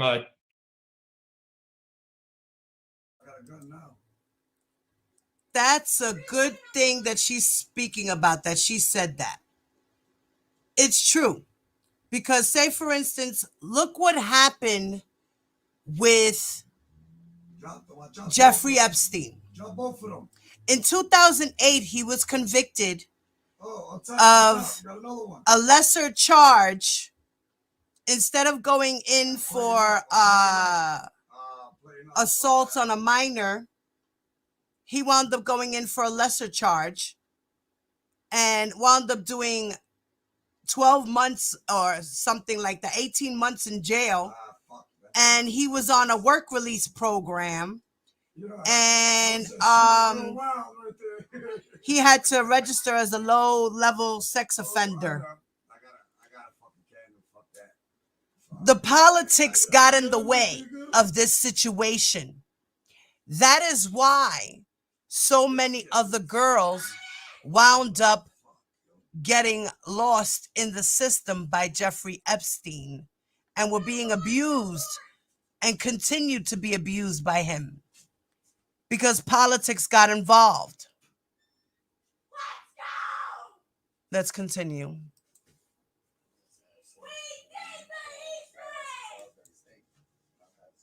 Prohibited state officials from registering same-sex couples who were looking to get married.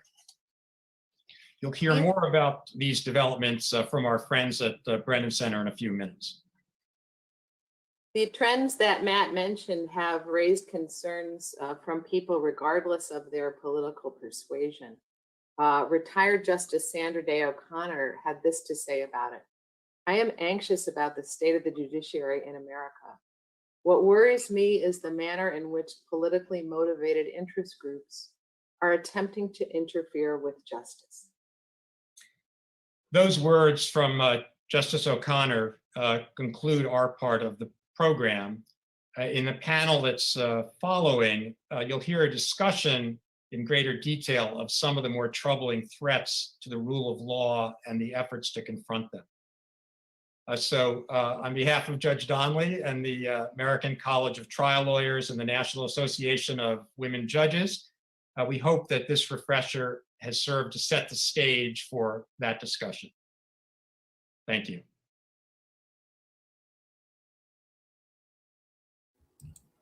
Hey, Miss Esquire. I'm so glad you here, baby. We need you, Mama. We need you.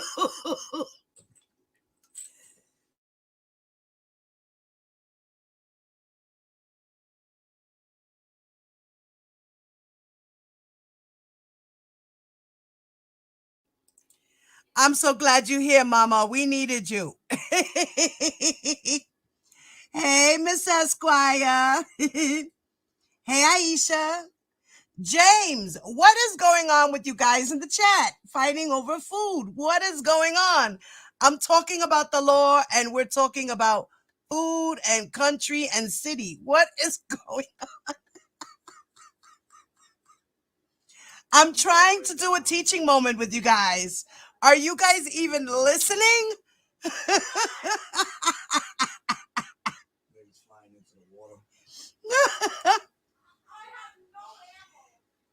Even the FBI covered things in Jeffrey Epstein's case. Yes, his death was to keep him from revealing everyone in his black book. Exactly. The government, Congress, all these people helped him out. You know, and like Miss Donnelly was saying, the judges, the executive branch, the branches of law, no one is above the law, not even the Supreme Court. Like, so we have to, you know, as judges, they're supposed to be fair. They're not supposed to pay attention or be influenced by outside or politics or high profile people. They're not supposed to be persuaded or influenced by none of this stuff. Miss Esquire, since you're in the building, hey Karen J, what's up, Mama? Are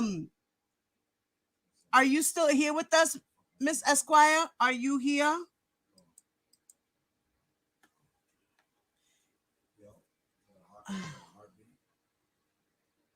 Are you still here, Miss Esquire? Darn it to hate. She probably just jumped in to say hi. What you saying sorry for, Mama? What you did? You ain't do nothing. What happened? Oh, because you aren't paying attention. You are messing around in the chat. Bow, bow. All y'all get demerits. Y'all all in detention. Miss Esquire, you want to jump on the panel for a quick second just so I can ask a question about this? I'm going to, okay.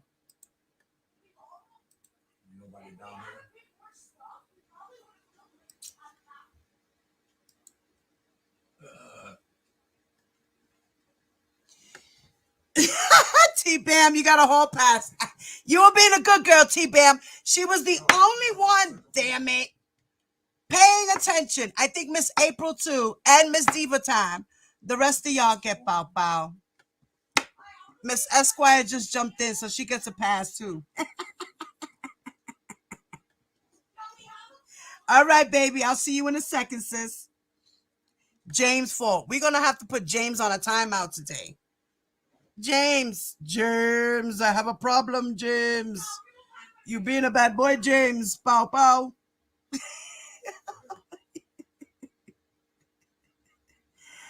Epstein took that money. Epstein took the money, gave up the black book, and ran to safety. No, somebody killed this dumbass in jail. That's what happened. You was paying attention? Okay, Rockin'. We give you a pass too, Rockin'. James, you were paying attention? Really? You were starting trouble in the chat. Pow, pow for you. Pow, pow. But as they were speaking here, so you see how Judge Donnelly knows a lot about the law. She tries to stick to the law. She tries to be fair. She tries to give everyone the benefit of the doubt. But don't play with her in her court. She said it. Don't play with me in my court. So Judge Donnelly is a fair and impartial judge, I think. The sentencing date is May 4th, Miss April.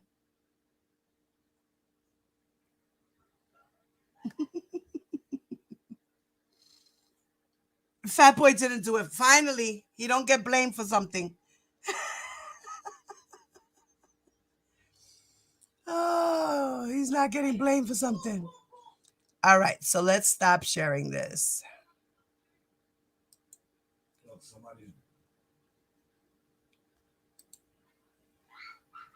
Somebody just dropped the load out.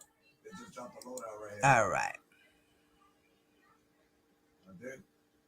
Somebody's right. Now I know this is gonna be a long live today, guys. We got people on this side right here. They were running over here. They were running behind that car, behind that wall. This is gonna be a long live. I am going to play another little video. Hey, hold on one second.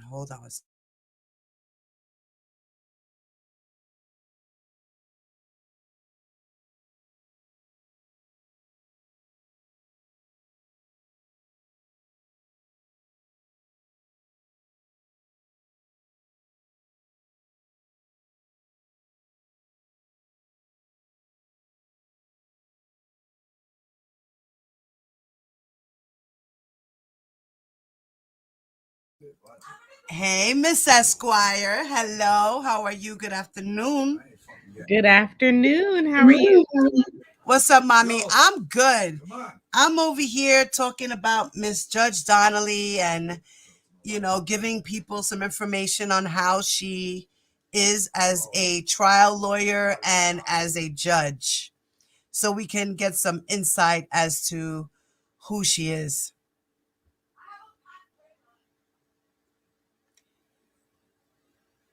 Miss Esquire? I lost her. Oh, no, she's still on mute. So, they were saying that, the law is supposed to be fair and impartial and how they're not supposed to be influenced by the outside.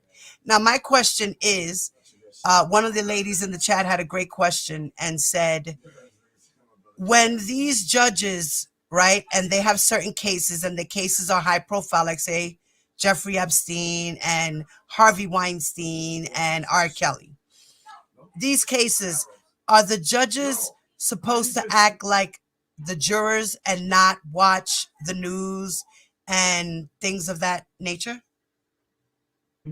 That's a very good question. So the only known regulation for the judge is simply to be impartial, right? To not bring any of their personal opinions or personal bias into their rulings in the case. Now, every district has their own, judicial code of conduct, and the I don't know why that word is tripping me up today. The judicial code of conduct does speak more to what the judge is permitted to do and not do. But I have to say, I do not think I have ever seen a judicial code of conduct where it is actually written down, meaning like in black and white, that a judge cannot watch media coverage of a case. I don't think I've ever seen that. Okay, so she was just saying about outside influences. They're supposed to be fair and impartial, and they're not supposed to get any type of influences from political parties or the public opinions and things like that. So we were just wondering if that meant that they're not allowed to watch any news or anything of that sort. But as you said, there's nothing in black and white that states by law that they can't do that. Correct. As long as they feel that they can remain impartial, then technically they can look at whatever they want to. As long as they, can certify that I will remain neutral and impartial in my judicial decisions. Right. And they don't take nothing personal, or they're just working by the law and by the book. Right. Being fair. Right. Now, of course, from a practical perspective, I would think it's easier to be impartial if you're not watching the news and watching and reading articles and things like that. But there's no one there to enforce them not doing that. Right. So she's I think she was being truthful in what she was saying, as far as everything else. And she was breaking down the judicial system and the laws and how they vote for judges to be in power, and how they get elected to be judges and things like that. So that was pretty good. It was a pretty good little educational video there as far as what the law is and how they the process of picking out judges and stuff like that. And we also just finished watching a little bit of her nominee hearing, the Senate nominee hearing in 2016. It was a 14, something like that. It was for her. Oh, interesting. Yeah, so we just finished watching that, and she was pretty cool. She seems very I think she would be fair. I think she's been fair in R. Kelly's trial. Honestly, I think she's she ran her court very fairly, and she gave the defense their opportunity. She corrected them when they were wrong. She did the same thing with the prosecution, stopped them in their tracks when they were wrong and corrected them. I thought she was very, very fair. I don't know what kind of an appeal Miss Bonjean is going to come up with, because as far as I see, everything to me, I don't know all the law or anything like that, but as far as what I've learned so far, everything seems correct. So that's going to be, I wonder what kind of appeal she's going to go for. Well, we shall see, but they have to appeal. We know that. This type of conviction, you cannot not appeal. But I think we already kind of know what the appeal is going to quote. They made R. Kelly's defense attorneys is who I'm referencing when I say they made. They made several motions and several arguments throughout the trial that foreshadowed what they plan on, appealing. They said on several occasions his constitutional rights have been violated because he is not being permitted to speak to his attorneys at a certain amount of frequency. His constitutional rights have been violated because they have not been given more time to prep new attorneys. I mean, they lodged several different constitution-based arguments throughout the trial. Yeah, they sure did. And Judge Donnelly was like, no, according to this law, this is why we're doing this, and this is why he's not getting out, or he's not getting his way, because the law said he can't. Right. And I think she's been sound in her decisions. I don't necessarily think that an appeal will be successful. But as I said, they have to lodge an appeal. This type of conviction, R. Kelly would most certainly sue them for malpractice if they did not appeal. Wow. That's interesting. And she's so, like, you had explained to me that what we're waiting for right now, which I explained to everyone, and I hope I said it the right way, so correct me if I'm wrong, that we're waiting for basically like a permission from like a permission letter, kind of, let's say, from Bojin to see if she can go to the appeal courts, right? Right. So in federal cases, the defendant does have to file a kind of permission to appeal motion, if you will. It's not necessarily that the court that they are appealing from gets to decide if they should appeal. It's more so that that court has to verify that they have some valid legal reason for appealing. And it's to prevent the federal appellate courts from having, a lot of backlog and a lot of cases clogging up their calendar that really don't have any valid reason for appeal. So all that court is supposed to do is ensure that the defendant does have some valid reason for appeal. Okay. And so if she goes through this motion, Judge Donnelly, she reads it. Now she's supposed to be fair and impartial. So if Miss Bojin comes and says, "Oh, Miss Donnelly, I think you made a mistake here and there and blah, blah, blah," by law, Miss Donnelly has to admit to her mistake, right? Well, no, not necessarily. Remember, all that this court should be doing is reviewing this appeal to ensure that R. Kelly has a valid reason for appealing. So just because R. Kelly's attorneys are making the argument that they believe that they have legal reason to appeal, it doesn't necessarily mean that Miss Donnelly, or excuse me, that Judge Donnelly, so sorry about that. I should never say Miss when we're dealing with a female judge, because women in power go through enough, right? It doesn't Yeah. Oh, I'm necessarily sorry. Yeah, my mean bad too. My bad, Your Honor. Sorry, Judge Donnelly. that was my bad.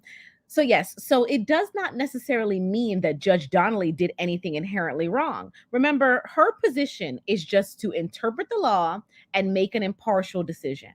Now, if she makes a decision that R. Kelly does not agree with, he can then appeal that decision, right? She does not have to admit any wrongdoing on her part or say that she was wrong because he disagrees with her opinion. Her opinion was simply to the best of her interpretation. Now, when the appellate court reviews it, if the review is granted, then the appellate court, they may take the extra step of saying, Judge Donnelly, we believe that your decision was off point here. We believe that your decision did not adhere to the proper interpretation of the law. That's something the appellate court might say. But at this stage, just because he's granted the right to appeal does not mean that Judge Donnelly would have to accept any wrongdoing of any sort. Okay, got you. T Baby said, couldn't you take Ann's response letter to why she made the decisions to the permission slip of Bojin to see if there is a case for appeal? Oh, her response after, right, her decision response when she made that response. I don't know. I don't think that has anything to do with anything to deal with the appeal. Judge Donnelly just okay, you gotta go. Yeah, I probably should have warned you ahead of time that I. Yeah, no, that's fine. Thank you, my love, for stopping by, baby. Of course. Mwah. Thank you so much, my love. Thank you always for your brain. We love you. No problem. Love you all. Speak to you soon. Mwah. Peace, baby. Enjoy the rest of your day, mama. Bye-bye. Bye. So yeah, no, I don't think that has anything to do with anything, T Baby. That's fine. Listen, we don't know legal lingo over here either. We're learning. We on a GED level over here. So it's all good, girl. It's all good over here. Hold on. Did I just get another message? Hold on. Give me a second, guys. I just saw. Okay. All right. No, that was the other thing I said. Okay. Okay, let's see. Is it true that the appeal judge usually doesn't go against the judge ruling?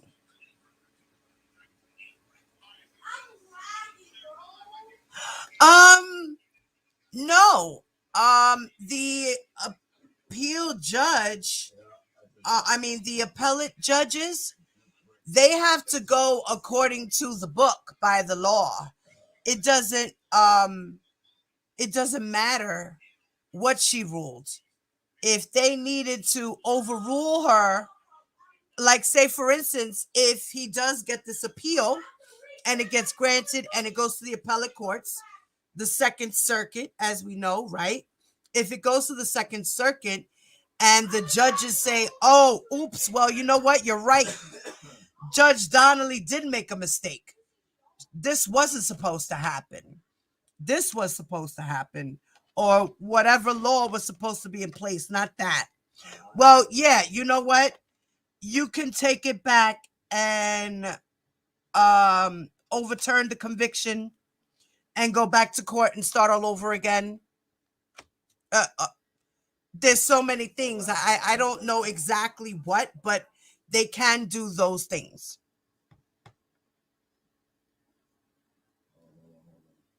Appeal denied. Do not pass go, and you owe $200, $200,000. Now continue to sit down and ask for forgiveness.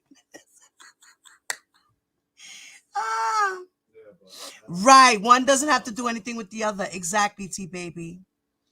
I hope not, because he's probably still be messing with. Because he probably still. I hope not, because he probably still be messing with underage girls. His judgment will be hard and swift. That's why, actually, James, no, his money did not get him out. No. What got him out was his technicality. A technicality in the law. Okay, because they reneged. The government reneged on their agreement. So that's what got him out.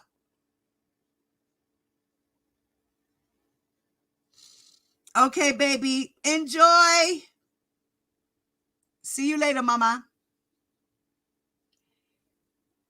So it wasn't his money that. Hey, one honey, what's up, baby? What's up, shorty? All right, Granny. I didn't get to say hi to you guys. Hello.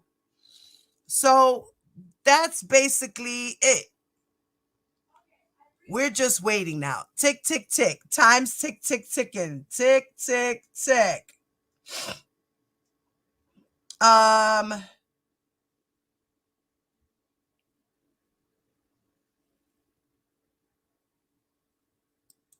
Let me see. Okay, hold on.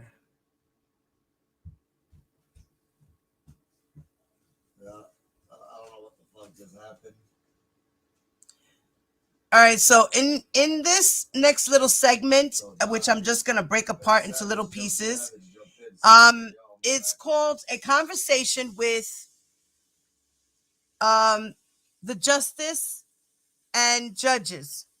Justice Thomas Balmer, he's from the Oregon Supreme Court. Judge James Ho from the Fifth Circuit, so he's from the appellate courts, and Judge Anne Marie Donnelly from the Eastern District of New York. Okay.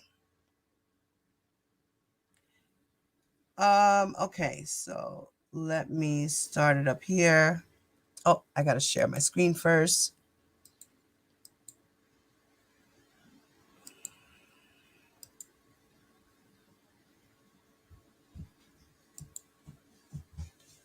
Okay.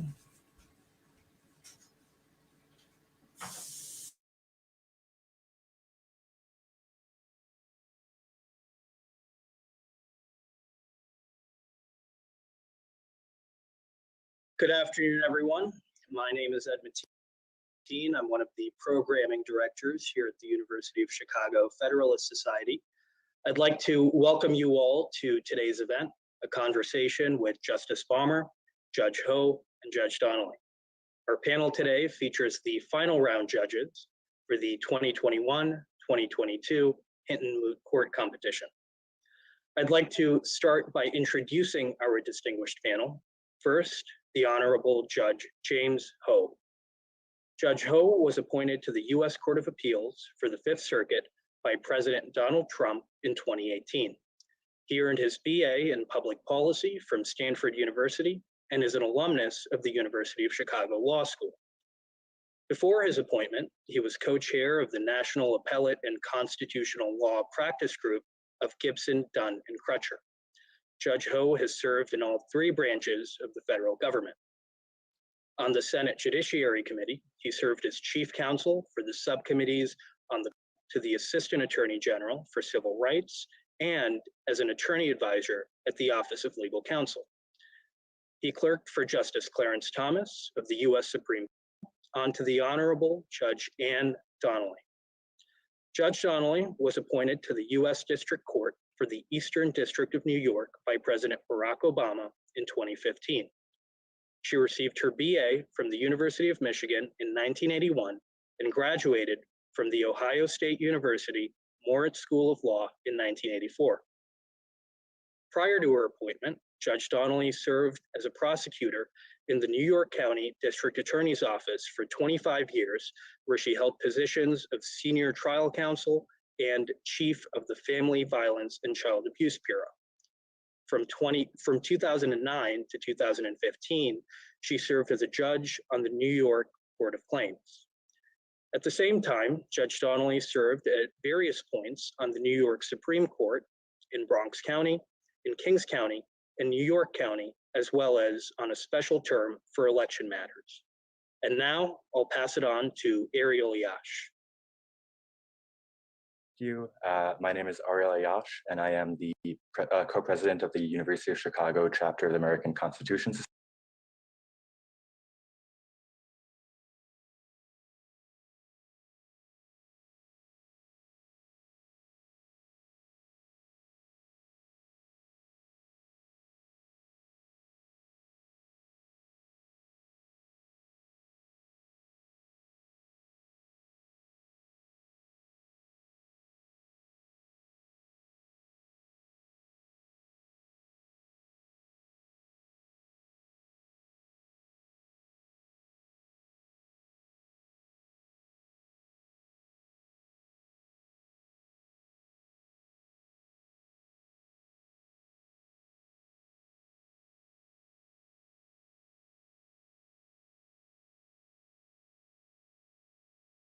It would be shocking to most people.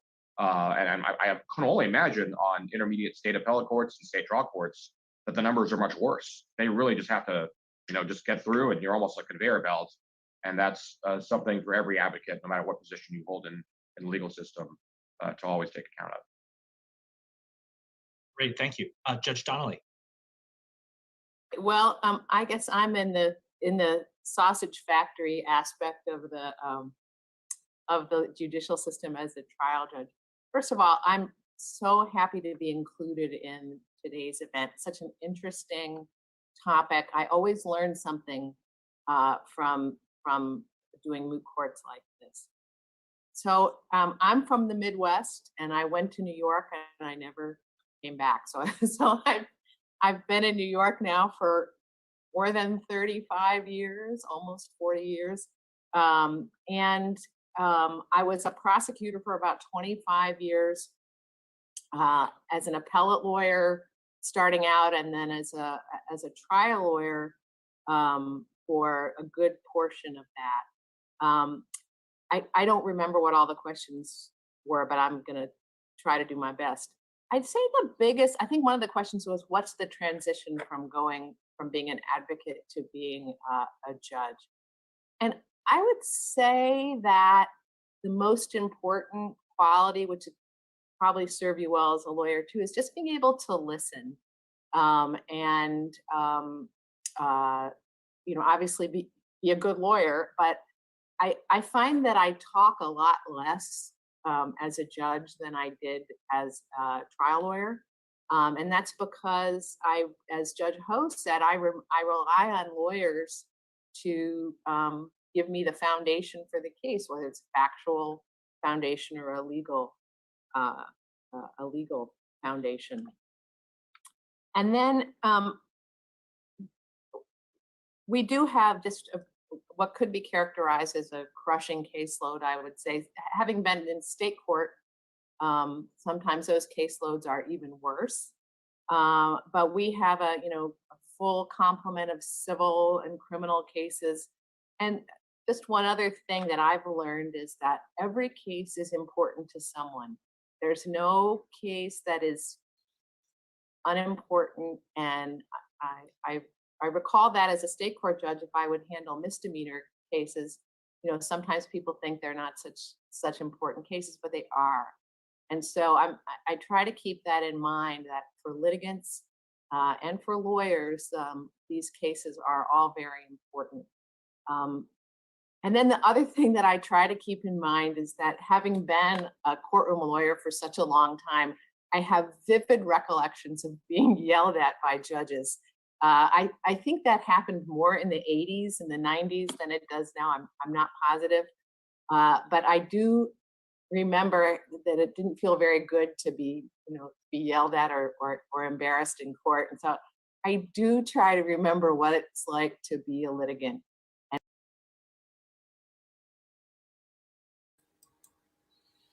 Now, if you guys remember from the transcripts and reading the transcripts, and every time the court spoke, which was the judge,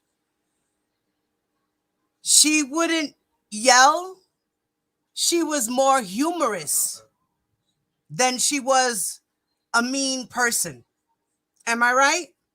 Everyone, if you guys were paying attention to the transcripts, do you guys think that Judge Donnelly was a mean judge, or was she a down-to-earth, cool kind of judge?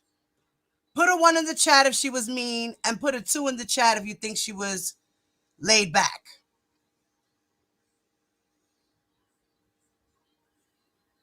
Where'd that nigga go? Yeah, I'm right.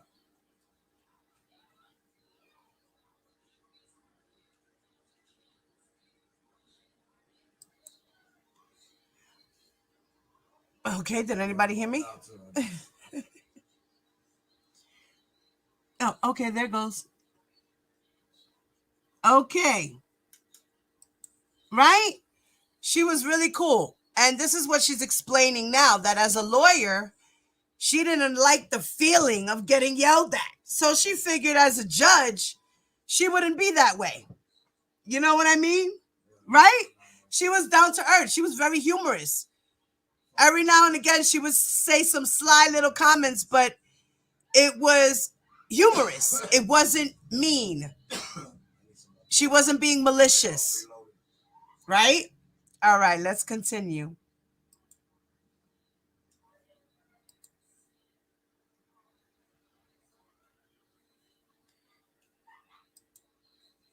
Yelled at or embarrassed in court. And so I do try to remember what it's like to be a litigant and how much work you have to do to prepare for your cases. So I hope I'm not mean to anybody, but just trying to remember how it felt to be an advocate.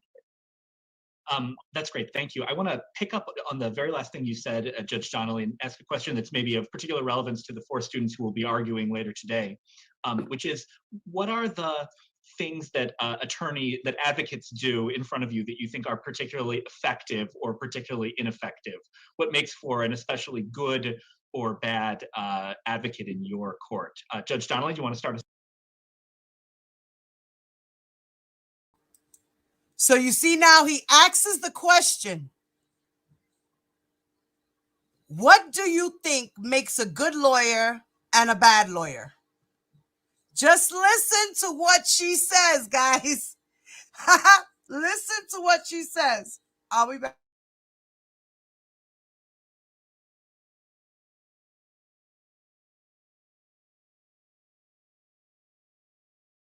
Court. Judge Donnelly, do you want to start us off? Sure. Well, one thing that I always tell people is that there are 1,000 roads to God. There are 1,000 roads to be 1,000 ways to be a good lawyer. So it's not always being the most flashy person in the room, but the critical tools that you can bring to your job as an advocate are preparation for your case, which always shows, and being straightforward with the judge or with the jury about what the record is, and making your case persuasively. I've sat on the Second Circuit a few times as a visiting judge, and I'm always most impressed by people that speak plainly, but have a thorough knowledge of the record. One other thing that I don't find particularly helpful, I really don't like it when when lawyers, I don't know if fight is the right word, but sometimes people feel very passionate about their position, and sometimes they don't treat each other very well. I find that not helpful. In written submissions, when things are underlined or in all caps, or somebody using the word outrageous. So I sometimes think you have to just remember that the judge doesn't always want to hear that.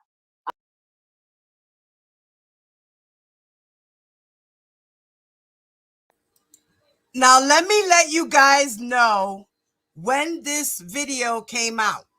This came out May 5th of 2021. Now, listen to what she was saying.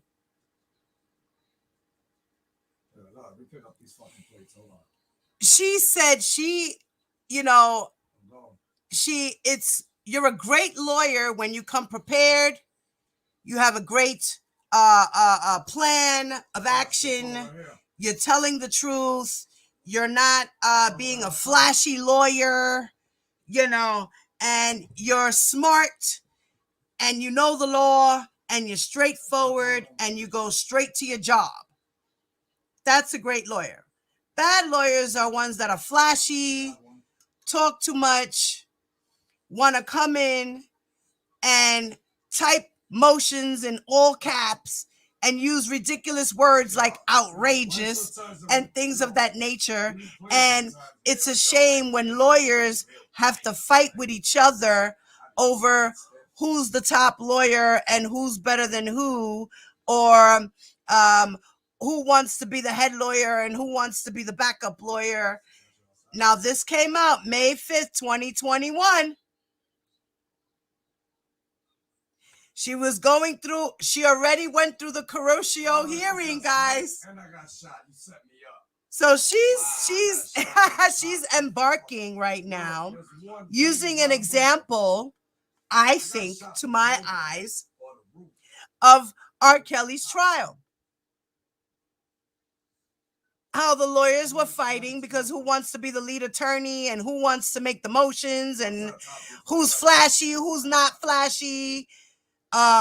Greenberg always used words like ridiculous and outrageous, and a lot of his motions were put in all caps and exclamation points and all these things.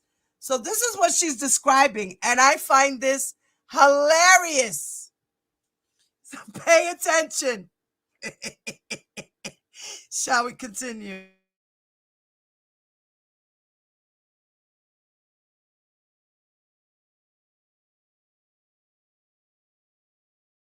Passionate about their position, and sometimes they don't treat each other very well. I find that not helpful. In written submissions, when things are underlined or in all caps, or somebody using the word outrageous. So I sometimes think you have to just remember that the judge doesn't always want to hear that. But I would say the number one thing is being prepared.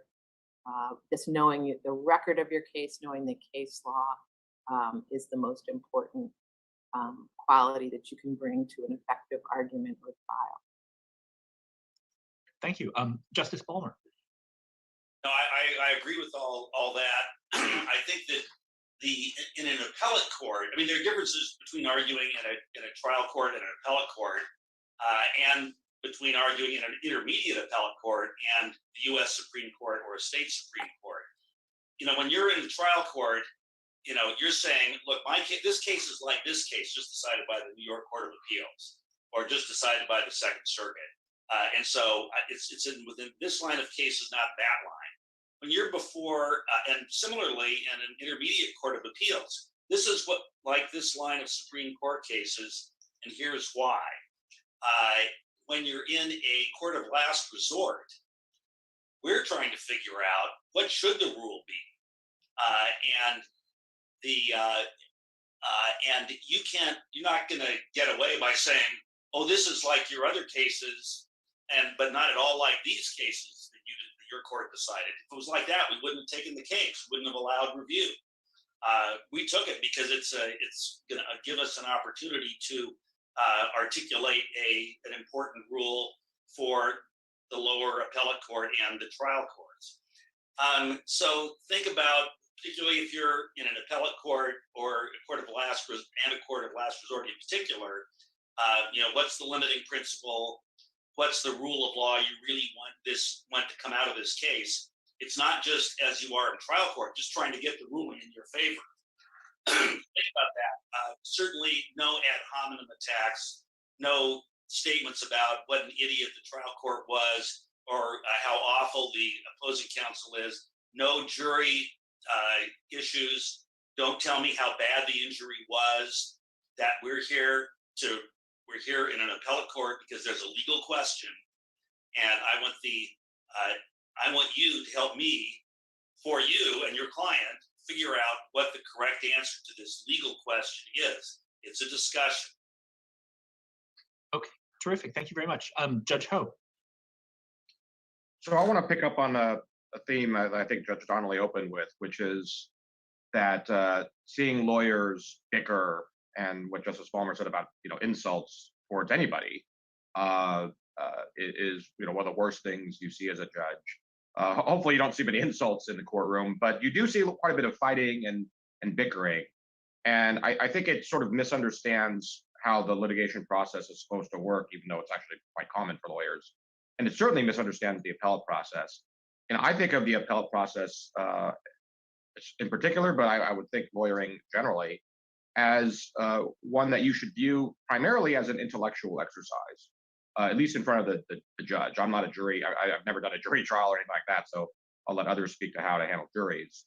But certainly from a judge's perspective, it's an intellectual process.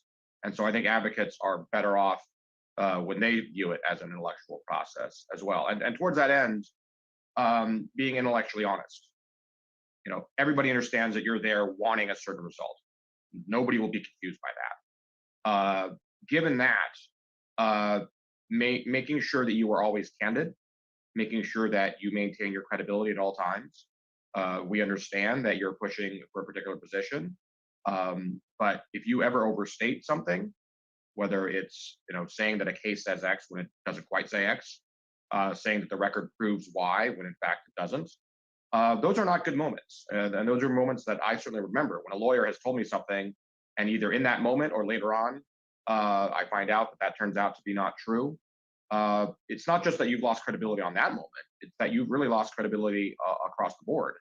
One of my dear friends is actually one of the advocates in that case that we're going to be mooting today.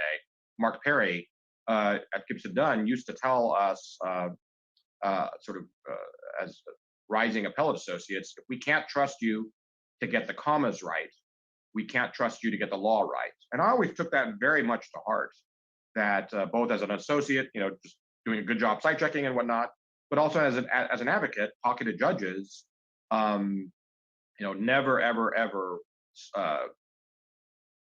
destroy your credibility, because you can build a lifetime of good work and reputation and destroy it in a moment by overstating.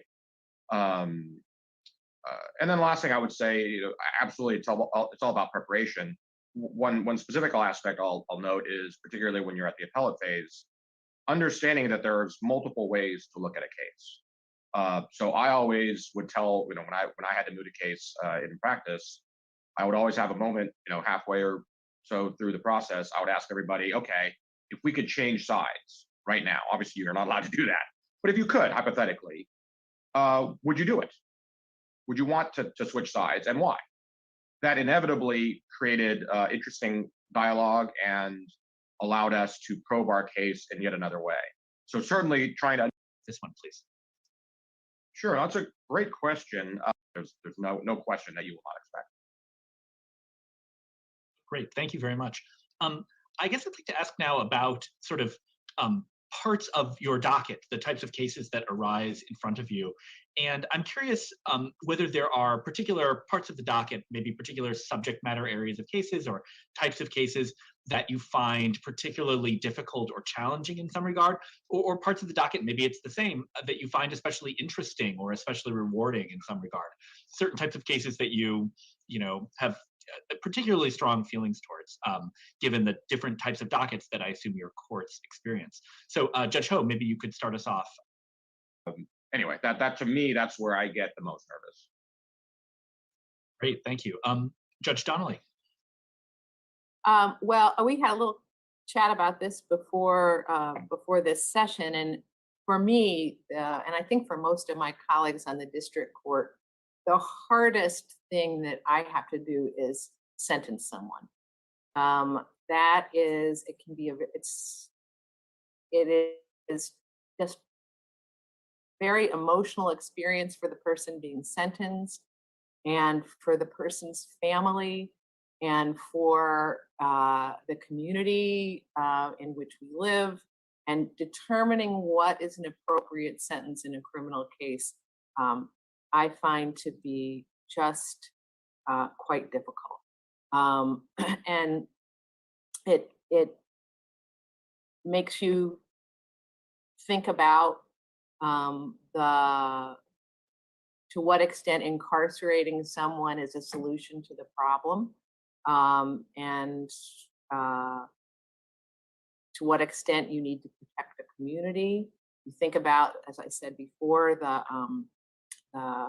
just the kind of radiating effect that incarceration can have on a family. When a district judge sentences somebody, we very often have letters from family members and friends, and they're very important to me to try to get a picture of the person who's appearing before me.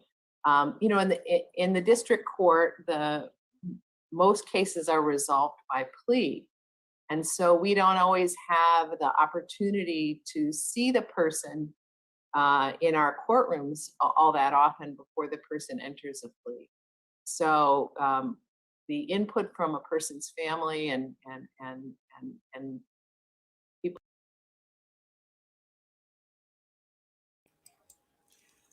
So I guess it would be a good thing that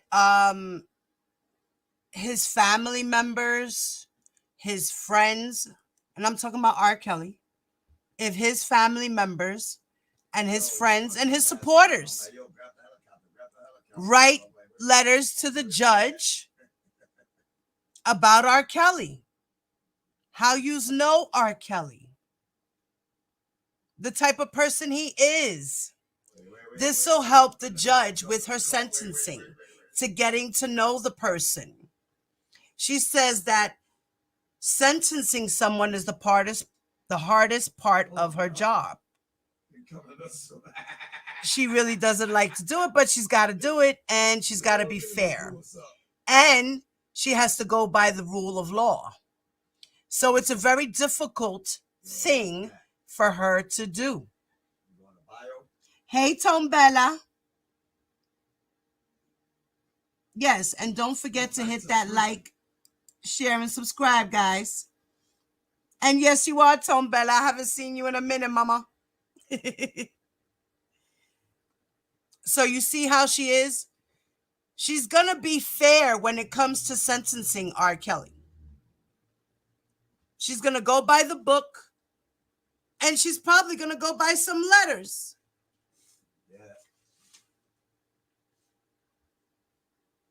But she's got to go by the book, no matter what. But she could be easy on him, because she could give him the minimum sentence, not the maximum.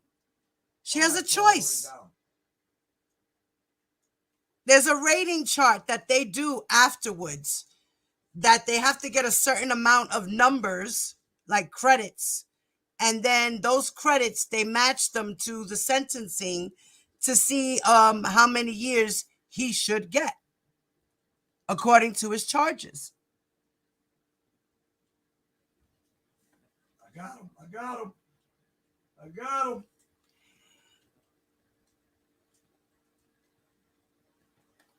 Bubba and the boys. Oh my God. Let's continue. I'm going back on mute, guys.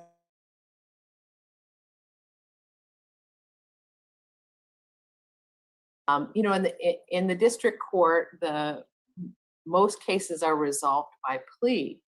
And so we don't always have the opportunity to see the person in our courtrooms all that often before the person enters a plea. So the input from a person's family and people that know that person become very important. So that's the kind of difficult cases.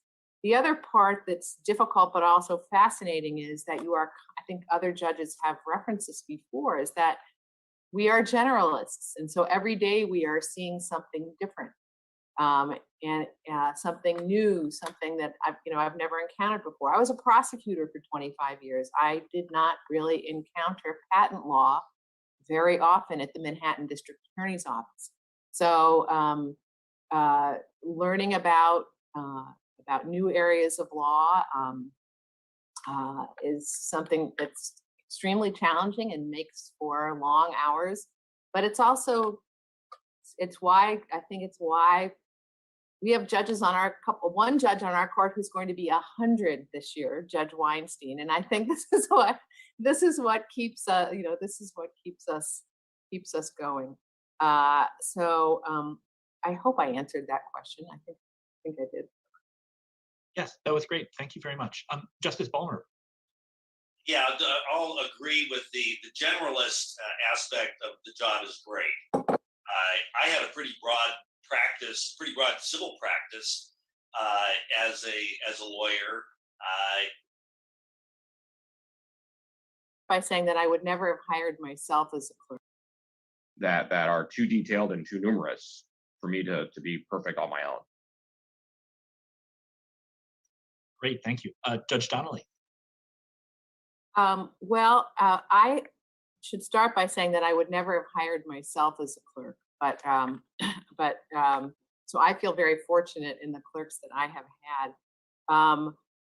The most important thing to me as a district judge is to move my cases so litigants get decisions as efficiently and quickly as possible with the correct result. And with the caseload that we have, that is a big challenge. So my clerks help me to do that, make sure that there's not something that's been sitting on the calendar too long, or something that maybe in another case could wait, but in terms of a particular case has to be decided or should be decided quickly. I also rely on my clerks to give me their practical take on a case. I want to know what they think about it. And like Judge Ho, I want them to make sure I'm not doing the wrong thing. I want to make sure I haven't missed something, that I'm reading the cases wrong, that the Second Circuit is going to reverse me. And so, or that I'm just making the bad decision, a bad decision for the parties. So I could not function without them. In terms of what I look for, I always hire law clerks that have had some practical experience because I think that as wonderful as the educations are that we get in law schools, once you're out in the world and you're really, putting your skills to work, I think you learn so many things that you never would have expected when you were in law school. So I look for somebody with a little bit of experience, and I look for people that are, in addition to being brilliant, which all of you are, and all of my law clerks are, that they get along with people and that they're good listeners too. And as I say, if you have a heavy docket, you've got to be able to move it, and you've got to be able to get things done pretty fast. And so somebody.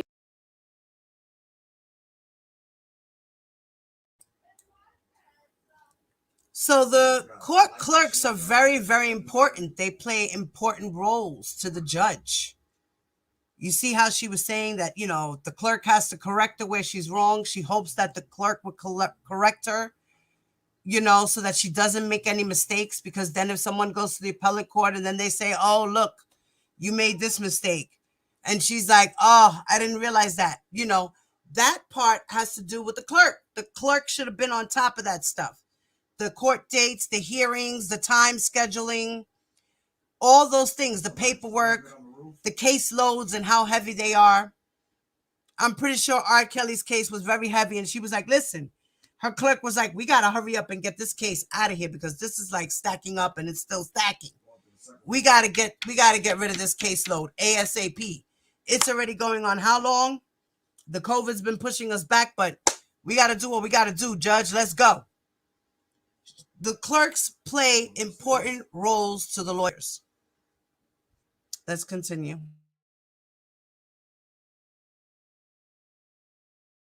That can handle all that is critical to getting the work done well.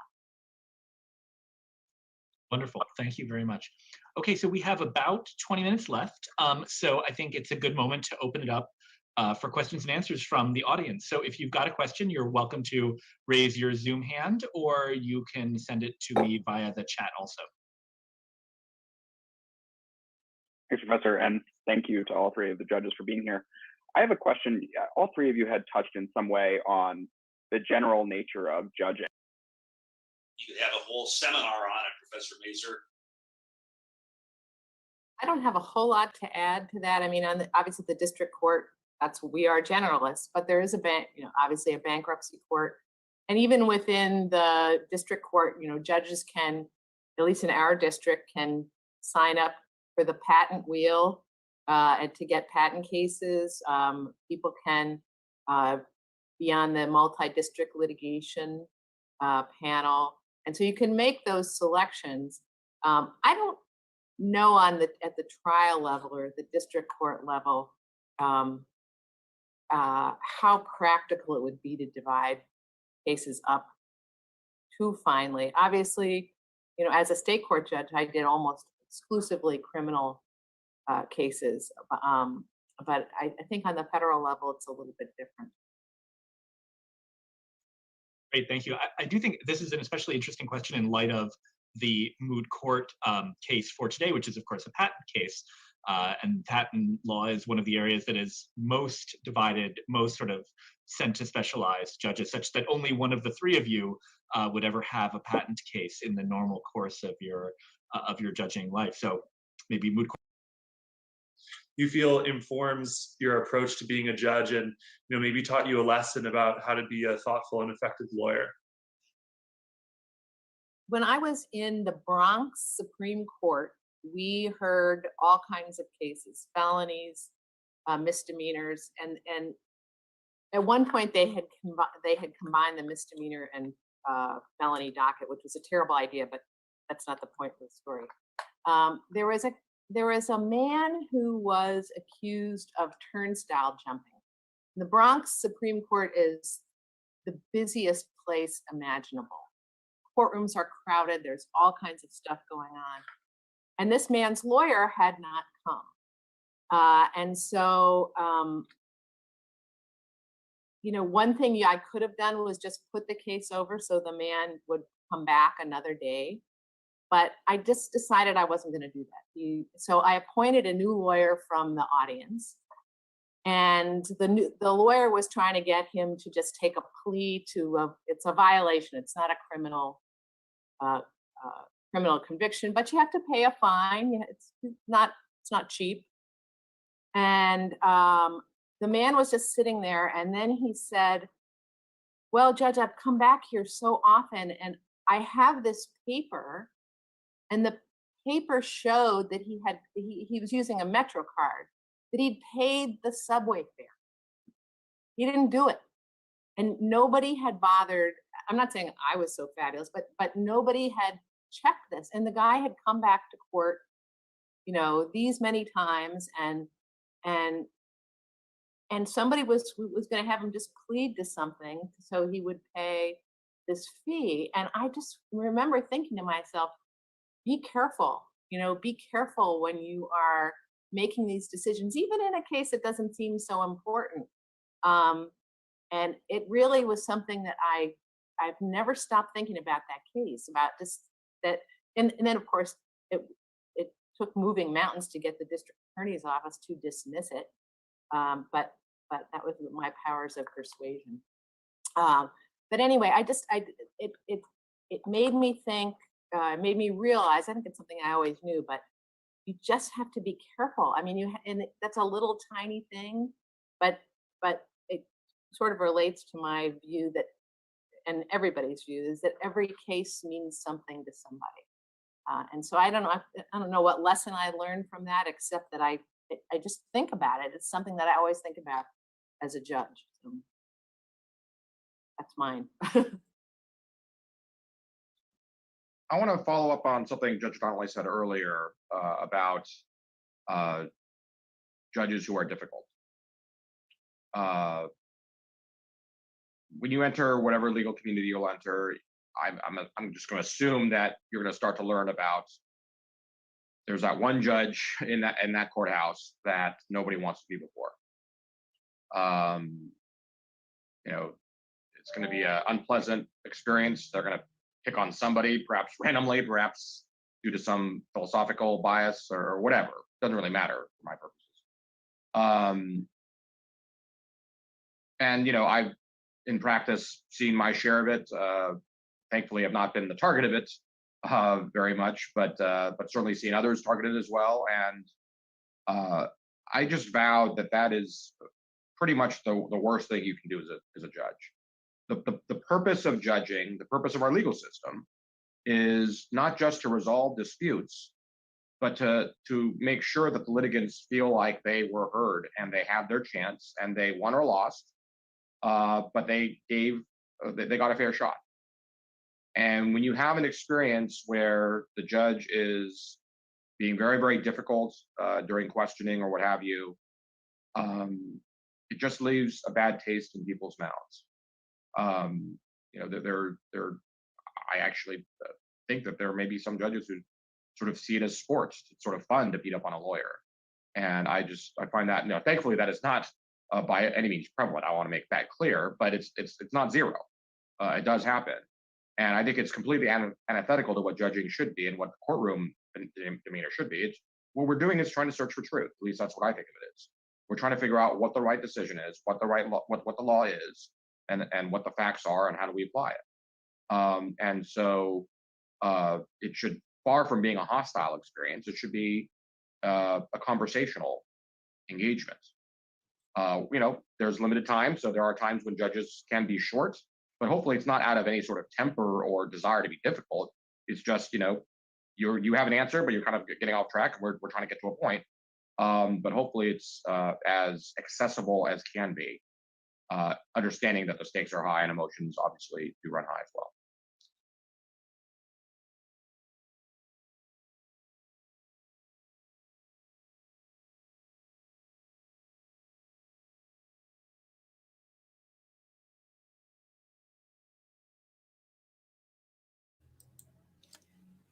So basically, that is how judges rule. This is how they work in their courtrooms, particularly Judge Ann Donnelly. And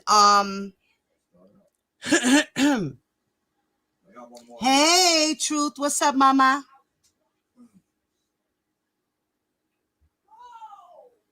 Yo, that Chinese food looks fucking good as hell. So this is what we're talking about. So we met Judge Donnelly. She seems like a great judge, fair person, honest, laid back, calm, cool, collective, intelligent. And I think she's a great judge.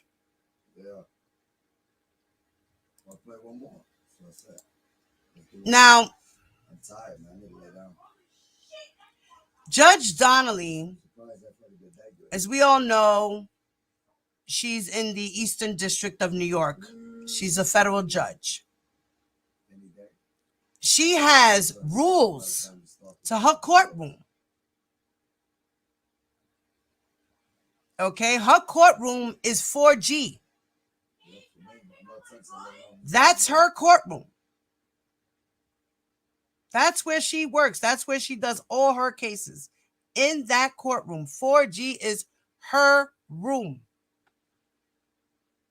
And her chambers is N415.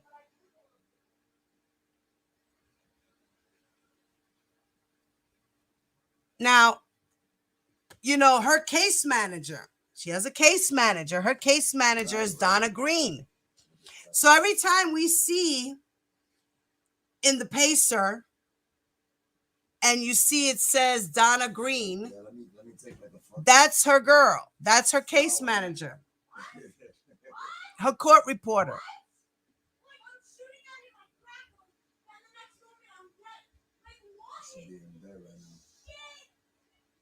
Now, I'm going to tell you guys the rules that she has for her court. Yo, let's get a dub, man. Let's get a dub. You're always fucking them niggas up on the roof. We sure it was.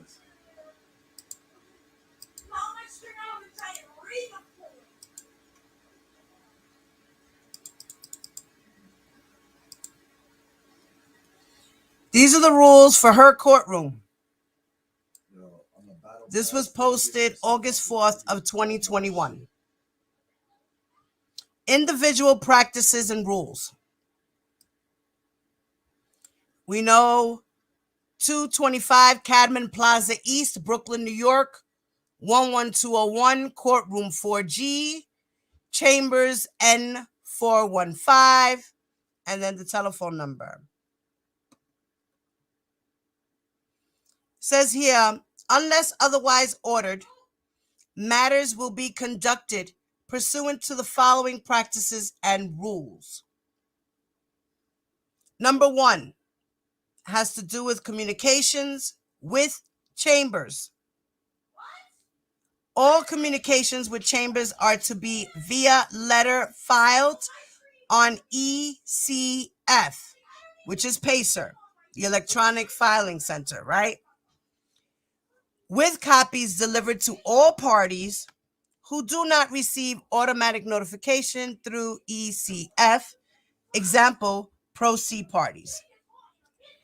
Now, parties should not deliver courtesy copies of letters to chambers. Calling chambers is not preferred, and parties should not call chambers unless otherwise allowed by these rules. When calling chambers, please state the full case, name, and docket number. Only attorneys and their staff may call chambers. The parties themselves may not. So don't go calling Judge Donnelly's office, okay? And then it says for docketing, scheduling, or calendar matters, you call Donna Green. That's her case manager. That's the lady to call for everything, according to docket, scheduling, and calendar matters.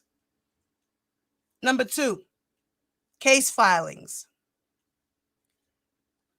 As we know, they have electronic case filing, ECF, as we all know as Pacer, right?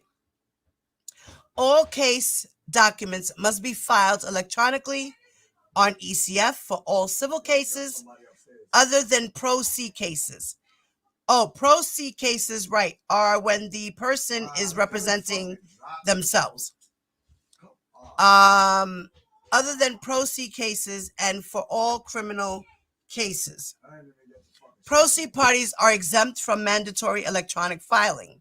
However, parties represented by counsel in cases involving a pro se litigant must still use ECF, and they must mail a copy of all documents to the pro se litigant. The Eastern District's user guide for electronic case filing is available at www.nydus.gov/forms/CMECF-user-manual. Then it says parties are not to contact chambers with technical questions regarding the ECF. B, filing under seal or in redacted form. Written submissions to be filed under seal or with redactions should be filed on ECF. Both the redacted and unread and the unredacted versions of a document should be filed on ECF, with the unredacted version filed under seal. Instructions for e-filing sealed documents are on the Eastern District's website. Unless prior approval to file under seal or in redacted form has already been granted.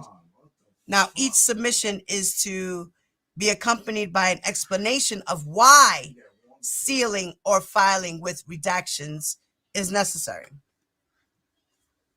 Thank you for the super chat, T-Baby. Love you. So they have to make sure that they have to file why they want their information to be sealed, their letters, their documents, whatever it is that they're filing. Why they want it sealed, and put a one redacted and one not redacted. C, court's review of ECF submissions. As a general matter, materials filed via ECF are reviewed by chambers the first business day after submission. So as soon as she gets into her office, the day you sent it, the day after, she's seeing it. And if your submission requires immediate attention, please call chambers after you file it. So that's probably why she had an issue with one of the motions, because they were too late with filing it. If it was an emergency, they should have called her chambers and said, listen, we're filing this. Please go to it right now before the time is up. Thank you, Judge Donnelly. D, courtesy copies. Courtesy copies will not be required during the COVID-19 pandemic. Parties should only send courtesy copies of ECF filings that are more than 25 pages in length. As discussed below, the parties are to file submissions electronically by the dates that they are due. However, courtesy copies may be delivered within 7 days of the filing. All courtesy copies should contain the ECF numbering at the top of each page and should be submitted in a 3-ring binder. Parties are encouraged to use double-sided printing for their courtesy copies. E, as far as word processing, files of proposed orders and requests to charge, etc. Now, proposed orders, jury instructions, and other submissions that a party would like the court to adopt should be emailed to chambers in word processing format and filed on an ECF. Parties need not submit word processing files of stipulations of dismissals. So Microsoft Word is preferred. Counsel may contact chambers for an email address to which the files may be sent. Requests for adjournments or enlargement of time, or requests for adjournments or enlargement of time must be in written and state: 1, the original dates, the proposed dates, the number of previous requests for adjournment or enlargements, whether these previous requests were granted or denied, and whether the adversary consents, and if not, the reasons given by the adversary for refusing to consent. So they got to put all those things in the request for an adjournment or to get more time. Now that's like when Ms. Bogine put in the request for more time. She put the date, the time, the reasons, and how much time she needed. Now, if the requested adjournment affects any other scheduled dates, proposed revised dates must be provided. So if this date can't go, then we'll have a rate date of this date. And absent as an emergency, all requests for adjournment are to be made at least 48 hours. And if there's going to be a no-show of something, an absent, an emergency, you have to put in for it 2 days before the scheduling of the deadline.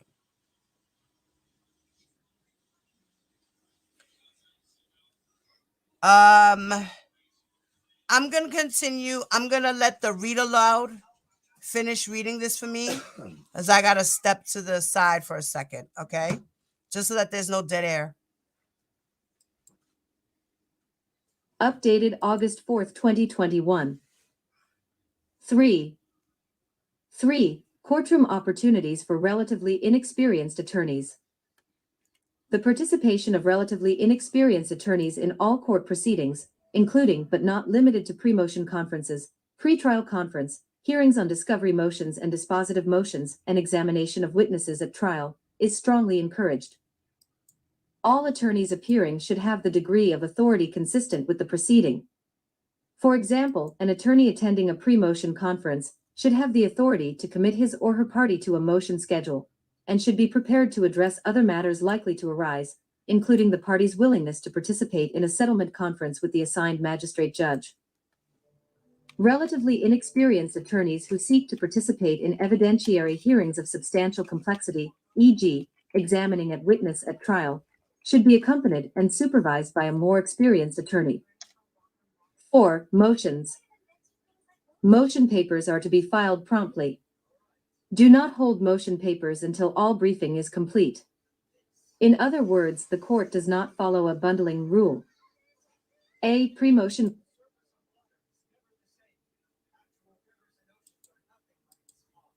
conference requests in civil cases. For discovery motions, follow Local Civil Rules 37.3 and 6.4. A pre-motion conference with the court must be requested before making any of the following motions. I. Any motion pursuant to Federal R. Civ. P. 12 or 56. 2. Any motion for a change of venue, or 3. Any motion to amend a pleading pursuant to Federal R. Civ. P. 15, where leave of court is required. The pre-motion conference requirement is excused if the moving or opposing party is pro-se, and in all habeas corpus petitions, prisoner petitions, Social Security appeals, or bankruptcy appeals. To request a pre-motion conference, the moving party is to file and serve a letter motion not to exceed 3 pages setting out the basis for the anticipated motion. Letter motions should be filed using the motion event via ECF. The opposing party or parties must respond with a letter not to exceed 3 pages within 7 days. The court will schedule a pre-motion conference hearing after it has received the party's response. If the motion is for summary judgment under Rule 56, the pre-motion conference letter must also include a copy of the movant's Rule 56.1 statement and the non-movant's Rule 56.1 counterstatement, see below.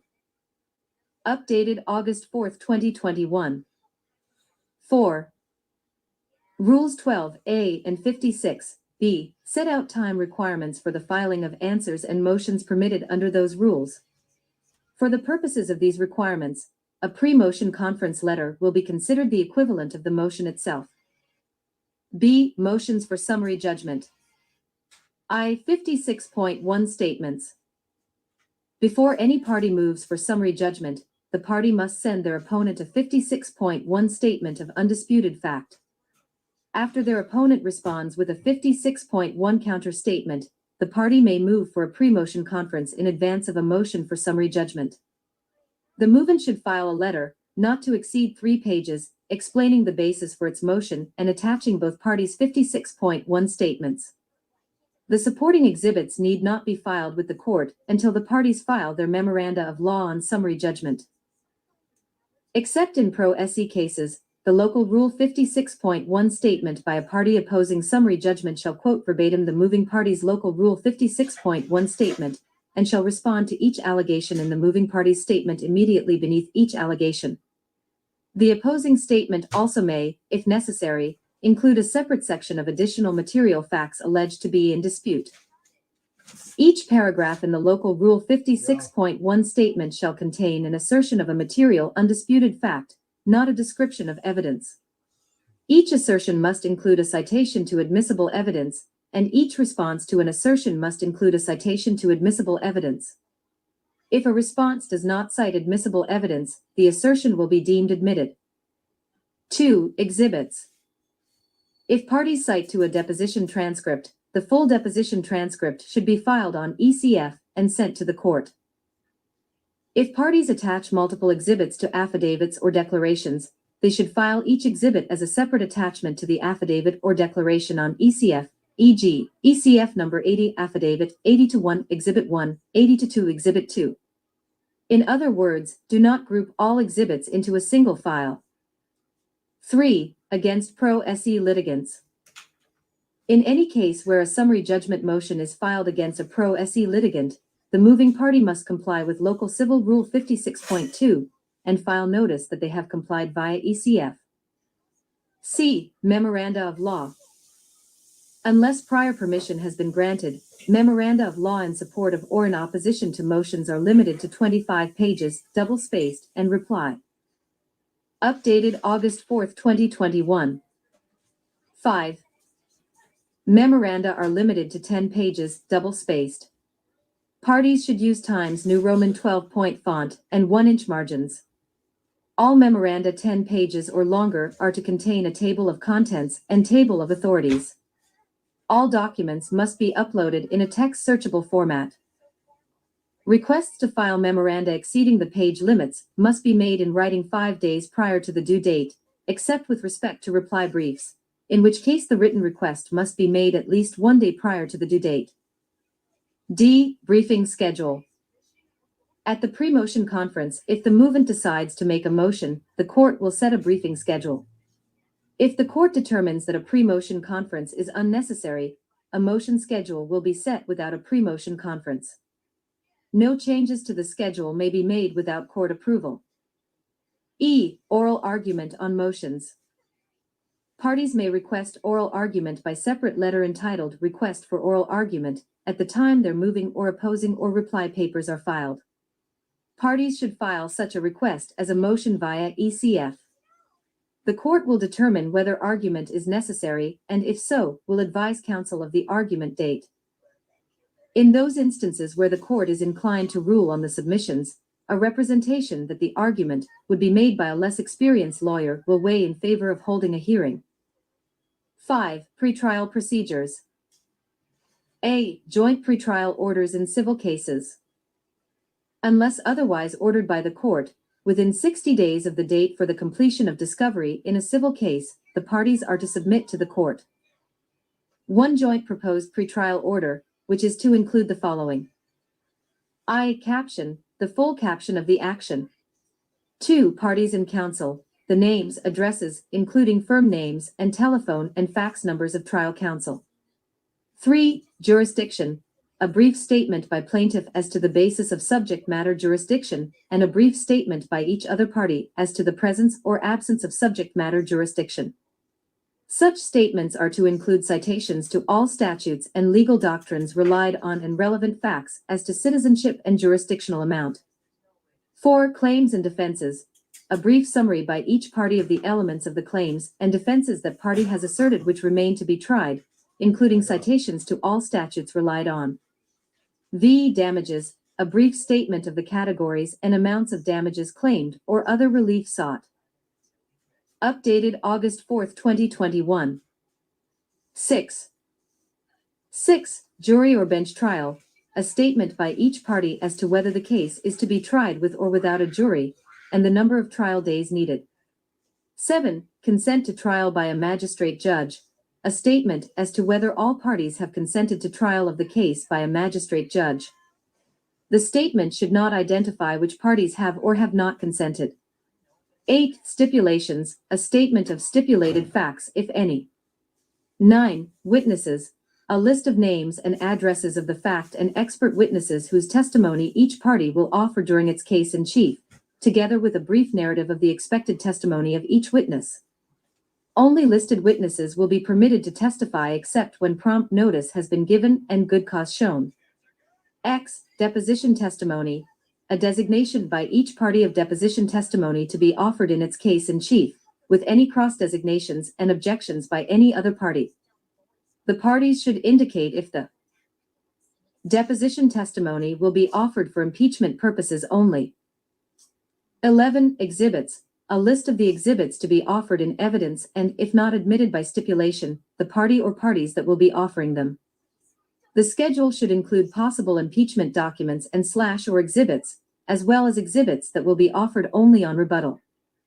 The parties should indicate if a document is offered for impeachment purposes only. The plaintiff's exhibits are to be identified by numbers, defendant's exhibits are to be identified by letters. The parties will list and briefly describe the basis for any objections that they have to the admissibility of any exhibits. Parties are expected to resolve before trial all issues of authenticity, chain of custody, and related grounds.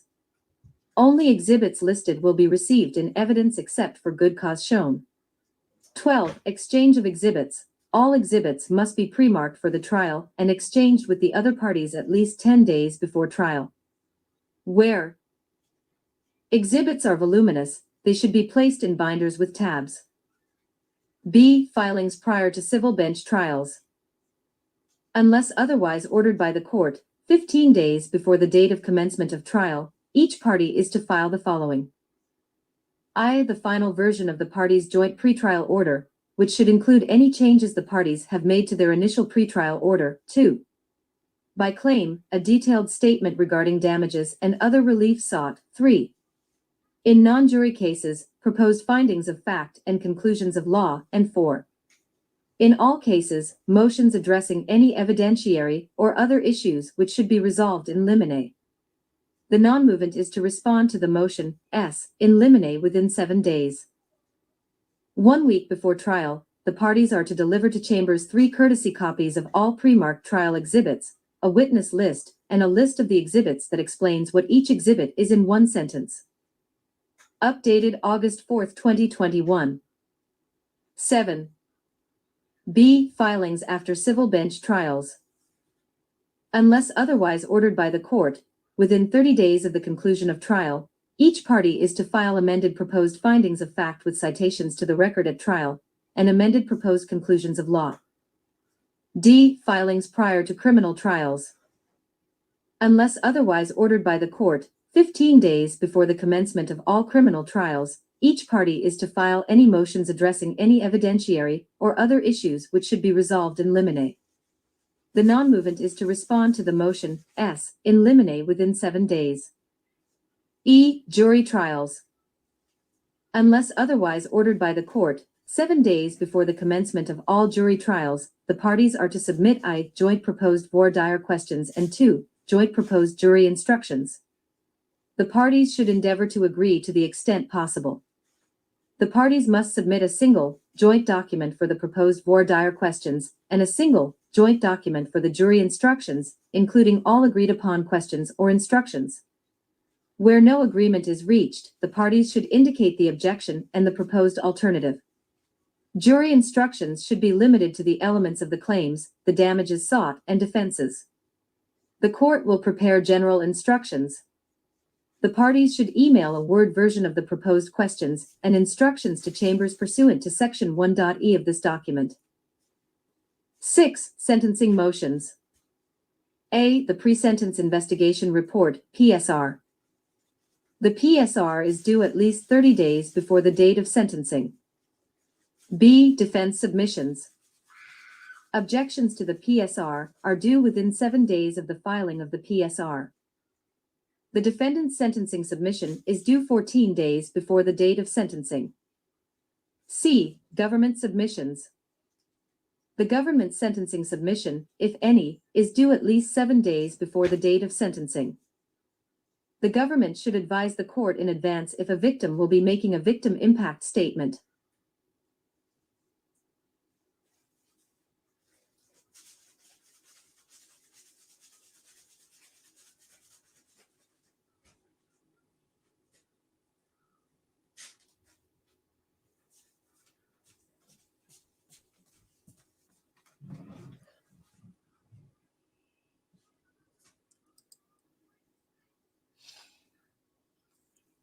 Okay.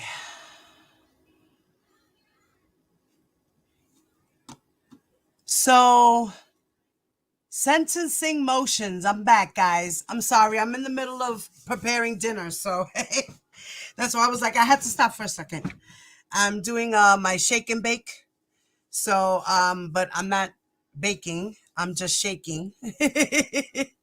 So I made my little concoction and stuff so that I can do my shake and bake and fry my chicken wings. I have no idea what I'm doing on the side with these chicken wings, guys. What? Do what? What? Oh, that's not what I was talking about. Okay, so sentencing motions. This was interesting. The pre-sentence investigation report, which is the PSR, and the PSR is due at least 30 days before the date of sentencing. So let's see if we get this motion 30 days before his sentencing. So let's see if maybe this will come out in April, right? And then there's the defense submissions, which are the objections to the PSR. So once they do this PSR, the pre-sentencing report, right? Then the defense gets to put in an objection, if there is any, to due to that. And they have to do it within 7 days of the filing of the PSR.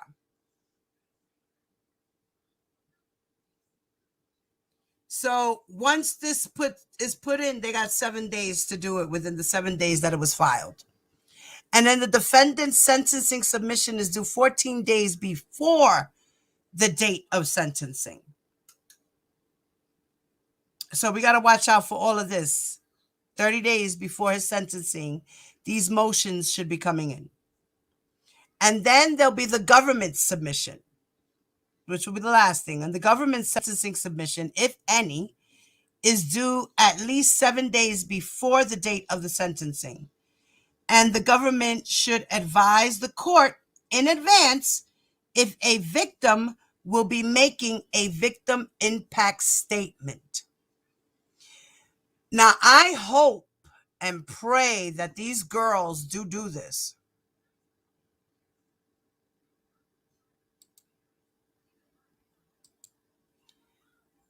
I want them to do an impact statement. And Truth Strong, you said you wanted to call in. You can call in now.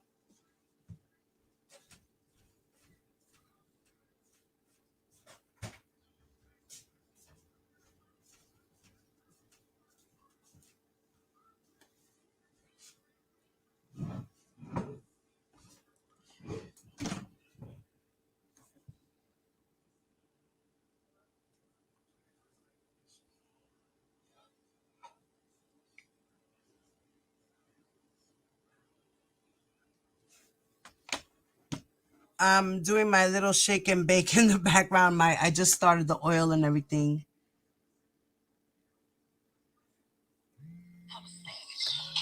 Okay.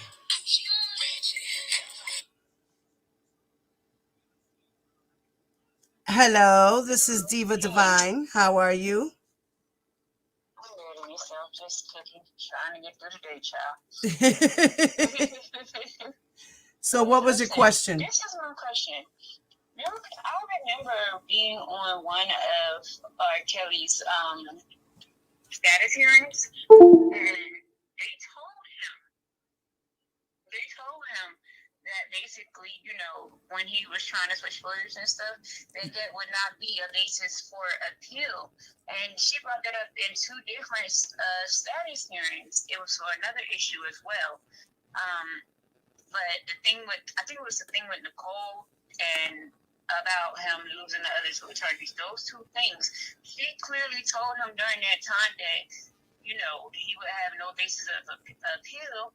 And she told him then that with the attorneys, she told him that, like, I guess for the other attorneys to catch up will not be an excuse, because he still had two other attorneys that were still there. Right. And she asked him, with this known, are you still willing to, you know, move forward? Right. And he said, yeah. Right. So, like, I don't understand how, because I saw the Bojing lady say, do an interview or whatever, and she was talking about, you know, the other attorney didn't have enough time or whatever. But she told him that before the decision was made, and he agreed, and she told him in there that it would be no basis for appeal. Right, in the Carruccio hearing. Right. Right. So I'm trying to figure out, why is that coming up as one of her things to appeal on? Yeah, you know what? And if it is one of her things to appeal on, that's okay, because Judge Donnelly will shut her down with R. Kelly's reasonings for going on with the trial. He had no issues with it. Yeah, he had no issues. He was like, I don't care if she's still on the team or not. It doesn't matter to me. The show must go on. Right. You know, but I remember her, because she, I feel like Judge Donnelly kind of was like holding R. Kelly's hand all the way through those hearings. She She was. wanted to make sure that his rights were not violated. Yes. You know, and she did that. Yes. You know, because I mean, I attended as many status hearings as I could, and I think I only might have missed one. But other than that, like, I'm thinking, like, wait a minute, maybe she don't know that this already happened. You know, I don't know. But you know, No, she's gonna find out that it happened, because she has to go through everything. She has to go through everything. in her interview, she was like, you know, they didn't give him enough time to get his defense. What are you, like, okay, like, he decided to terminate them or whatever. They gave them enough time. She gave them enough time. She extended time for them and everything. Yep, and she told him before she even granted that sever, whatever it's called, you know how when the lawyers get off the case.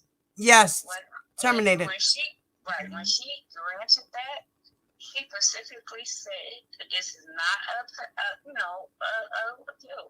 Yeah, she said it's up to you, R. Kelly. Do you want to fire these lawyers? Yes or no? Right. But she explained to him all his rights and what he didn't have, you know, everything before that. Yep. So I'm like, oh, so people just got that? Yes, they did, honey. They surely did. I'm like, no, I was in status hearings. So I've been hearing this, you know, I'm like, wait a minute. I know I ain't the only one. Right. No, you're not the only one. We all heard it over here. We over here have our eyes and ears to everything. And we pay attention. So I don't know what's wrong with these people, but they need to get it together. Stick to the facts, please. Right. I don't understand. I'm just like, come on, like, just come on, people. Yeah. You know? Bojine is going to realize that, yeah, the Chicago case is coming up. Can't wait for that. Like I said, now he's going to get new lawyers. So, and Sharon Winbush, everyone, Sharon Winbush, to all the R. Kelly supporters, she has an emergency for you guys to drop what you're doing and make sure you give all your money to R. Kelly's defense. He needs money now. And he needed it like yesterday. So make sure you get extra jobs Start selling things, whatever it is you need to do for your man to help him out because he needs lawyers, guys, okay? That's just too much. Like, I don't even understand how, you know, you could say you giving your money to R. Kelly and then you tell people, oh, your mortgage or your rent not paid or whatever. It's like, what? I'd be confused. Like, how was that happen? I'd be confused. Me too. You know, me too. I'd be like, what? But like, you lost everything. Like, it's just too much. It really is. It's just too much. I just think, you know, for one, I think that people have taken this way too far and they just need to back up because they messed their main case up. And the problem is that they're going to mess this case up because they don't see that they messed up the case. So what they did, they think was good. So they're going to do this shit again. Yeah, they helped him definitely get a sequestered jury. Yeah, an anonymous sequestered, partial sequestered jury. Sure did. What you were saying about, you know, you hope the victims, well, the survivors, Yes. make an impact statement. Yes. And I hope they do too, because Yes. that makes a difference. Yes, it really does. It really makes a difference because, you know, it allows them to, you know, Freely say what they need to say to him. right, and they can confront him. Yes. You know? Yes. So I feel like, and if they don't want to, they don't have to. No, they don't have to. But This is they not can confront the mandatory. court. No, this is not mandatory. But I think that they should, I mean, I know that it makes so much of a difference. Yeah. That I wish that they would just, somebody, you know? At least one or two of them say something. Right, right, Don't be scared to confront him. right. Confront your abuser the same way he's supposed to confront his accusers, which he's putting them down as if they were some simpleton hoes who just wanted to follow him around. Exactly. So you know what? You ladies need to let him know that he thought he was some pimp ass Mac Daddy who abused women and that he was wrong. Yes. Yes. And I mean, I know personally that they will feel so much better. Yep. Once they confront that. Yep. They will feel so much better. Especially Geronda, that she has been very conflicted with everything. Right. Yeah, I was thinking about her the other night. And I Me think too. that, Lisa Van Allen, Azriel, all of them, Lizette, all of them need to go and make those impact statements the day of his sentencing. And hopefully, like I said, I can go and I can be there in the courtroom this time. Right. And what else was it? It was something else with R. Kelly where he was saying, oh, why do everybody keep saying that? Oh, I guess because the joke guy got letters or whatever, that R. Kelly never got to tell his story. Well, he had the opportunity to take his stand. He couldn't take it.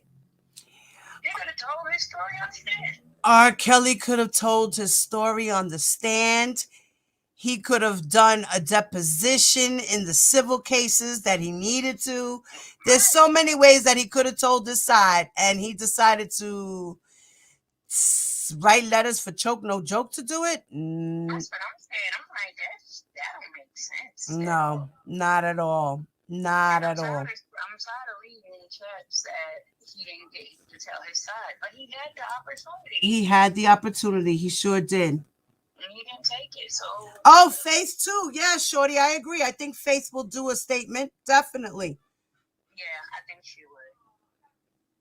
Yeah. You know? I don't know. I just want a few of them to do it because that would definitely make a difference. Yeah.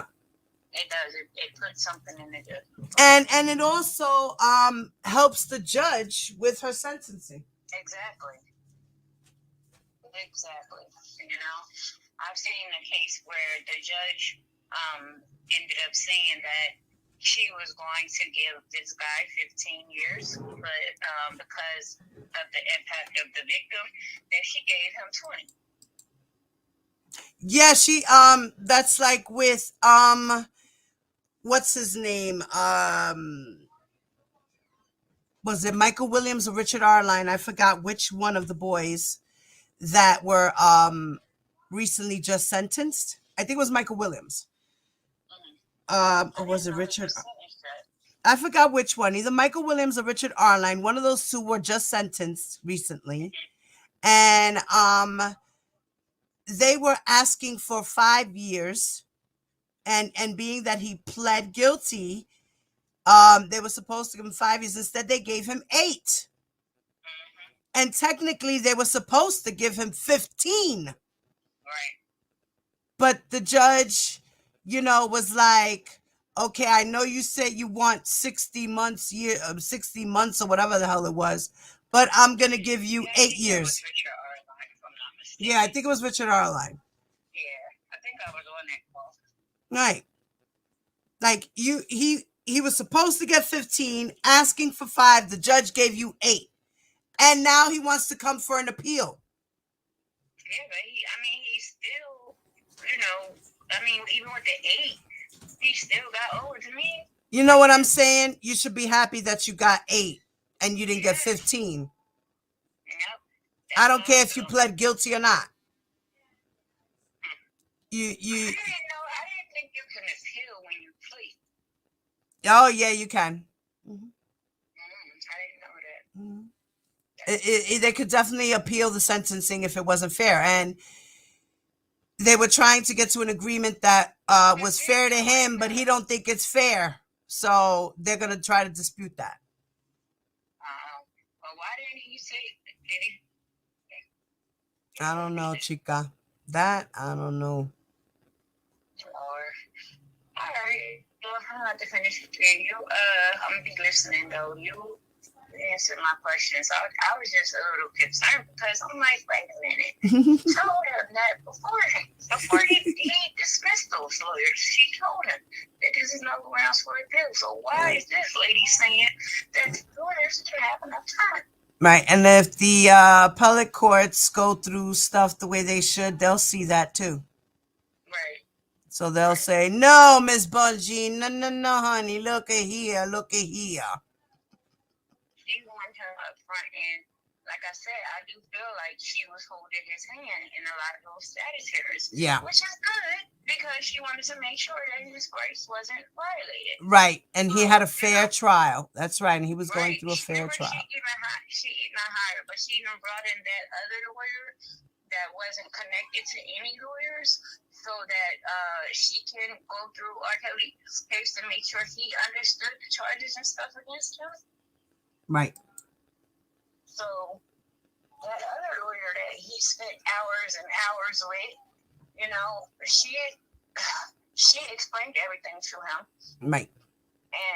And right, that the judge even went out of her way to get a public defender lawyer just for his crucial hearing to guide him, to help him with understanding the hearing and what it was about. Right, that's what I'm talking about.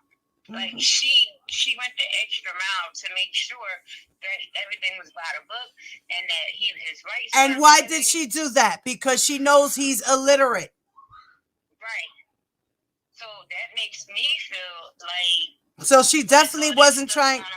Right, she wasn't trying to be discriminative. She wasn't, because in the beginning of the trial, it seemed like to me the supporters were coming on saying, that the judge was fair and everything. Yeah. But then after the verdict, it was like, oh, she did this, she did that. Then they talk about she had too many sidebars. I'm like, what? So what if she had sidebars? But there is a such thing as you cannot have too many sidebars without the court reporter, is the thing. Okay, but did she violate that? I don't think so.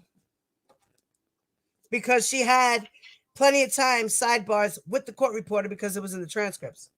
Right. Because we read those. Right. So what are they talking about? I don't know. And even if she had the sidebar, it's not like the defense wasn't there. Right. It's not like she was just talking to the government. Right. And I am Queen Newton. She said, did anyone see the so-called messages between Lady Juliet and Bo Jean? No. Where's that at? Was it on her community wall? didn't see him either. You didn't see it either? Me either. I haven't been over here today though. Yeah, I haven't been in YouTube in a little while, well, for the past like 4 hours, so I don't know. I didn't see that, but I will see it. If anything, screenshot it and send it to me if anything. Y'all know my number. You can send it. It's 347-664-9253, y'all. Is this lady real? Because I thought that she was just like a crazy supporter.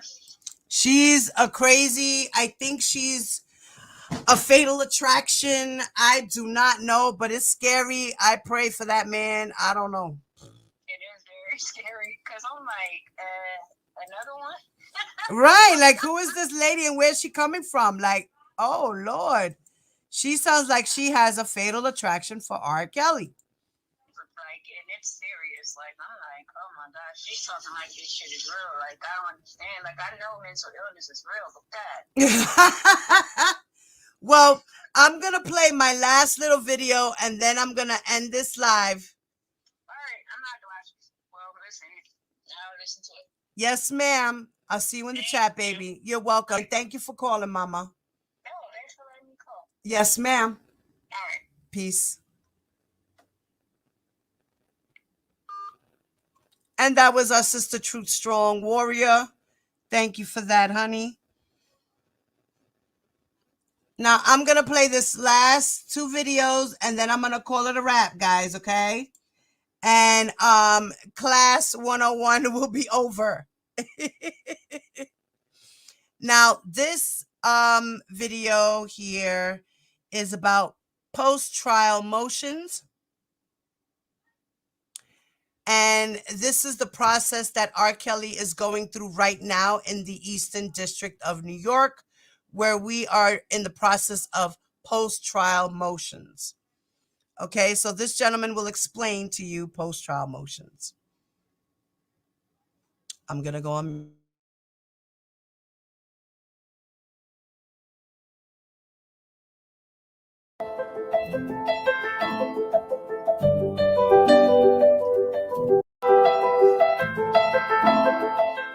Welcome back.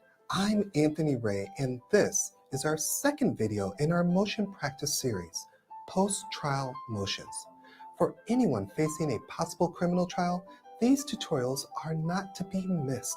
So if you haven't watched the first video, you can click the link in the description box below or visit our criminal defense channel to have a look. In it, we covered some common pre-trial motions that can change the tide of your case. Today, I'm going to go over motions that you may want to use after trial. Before we get into the list, let's talk about motion hearings. During a motion hearing, both the defense and prosecution have an opportunity to orally present their arguments on how the judge should rule. Generally speaking, most motions are filed by the defense. So usually the defense attorney will argue on why the judge should approve the motion, while the prosecution will argue on why the judge should deny it. Not all motions require a hearing. Some only require submission of a written request to the court. Those that do require a hearing provide additional opportunity for you as a defendant to come face to face with the judge. Now, on to post-trial motions. There aren't as many post-trial motions as there are pre-trial, but they can be equally as vital to the eventual outcome of your case. Here are a few of the typically used post-trial motions. First up, a motion for a new trial. This motion is used when the defense counsel believes that there are grounds to warrant the judge granting another opportunity to prove their client's innocence. Defense counsel must be able to show that justice demands this. It may be based on some type of legal error, like violation of procedural rule or violation of a constitutional right. Next up is a motion for a directed verdict. What kind of motion is this?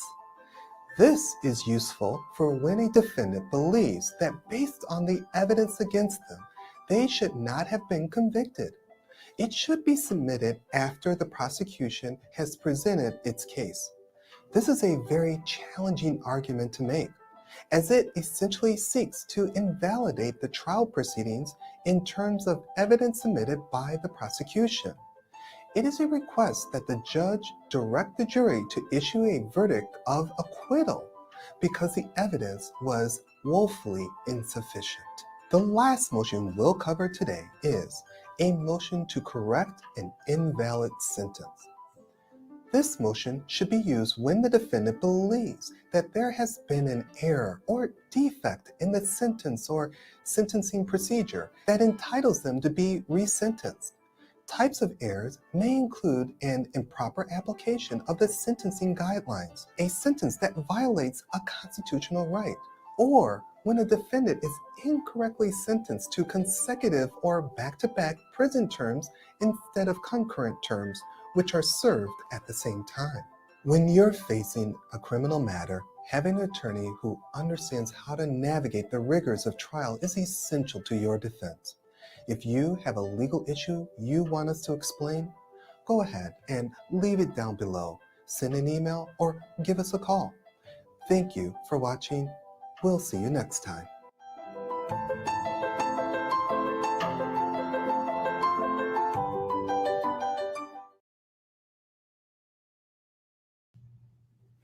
How y'all doing? People always want to get on here and take something and turn it and twist it. Let's make sure we're clear, very clear.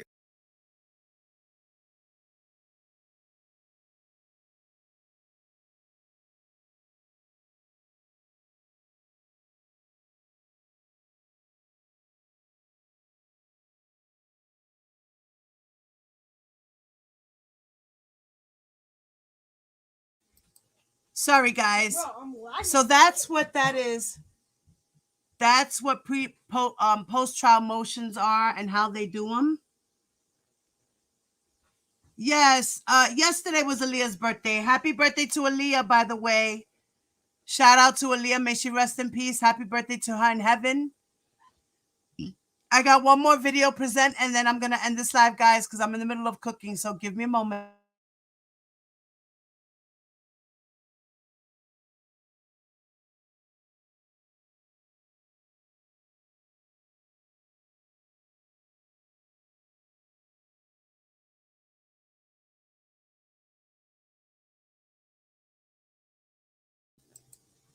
And this video is about showing using social media for post-trial motions.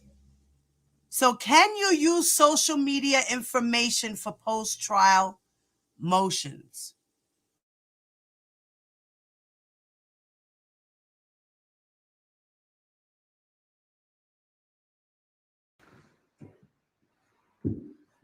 Hello, welcome to the Cybersyn, Lesowitz, and Geblen Cyber Liability Update. I am co-founder Eric Cybersyn, and today I want to talk about post-trial motions and juror misconduct and how the internet can be an important tool to aid post-trial motions to have a wrongful verdict overturned or thrown out. Now, if you're in trial and you experience a verdict that makes no sense, oftentimes juror misconduct could be the cause of that. After trial, what many lawyers and law firms and clients will do is have to dig in and spend a lot of money hiring private investigators and ex-FBI agents and whatnot to do deep dives in the backgrounds of the jurors to see if bias or misconduct can be found. Now, before you go to that step and spend that amount of money, which is completely valid and oftentimes yields results, you may be able to obtain the same results by first taking a list of the jurors and then scouring their social media to see if they made any tweets or status updates, or if they have included facts in their Facebook profile, for example, that they lied about on voir dire. And such discoveries can be used to support post-trial motions to have the verdict thrown out. So next time you have a verdict that leaves you scratching your head, the thing that I would recommend to do is dig into the social media accounts of the jurors. You may be surprised what you find. That is the cyber liability update for Saberson, Leswitz, and Gedlin. I'll see you.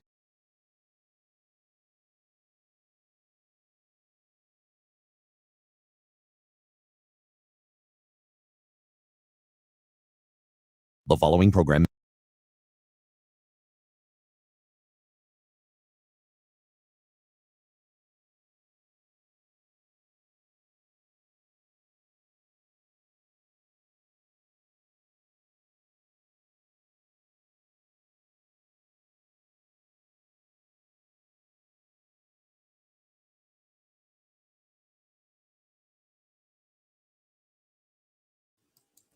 Make sure you guys don't forget to hit that like button.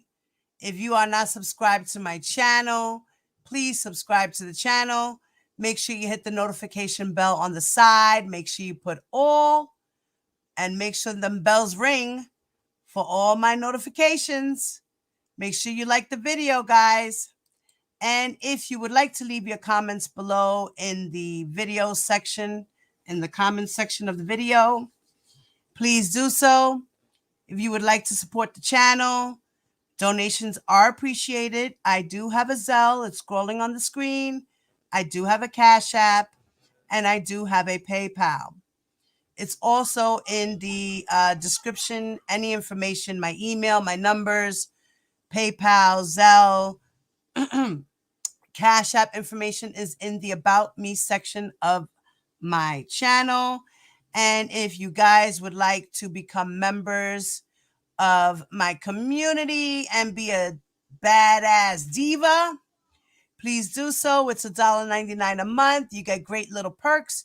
You get to put emojis in the chat, and you get level badges every time you level up month by month. And in here, I will be doing exclusive book readings, and we will have discussions, and I will also drop little exclusive things that are private.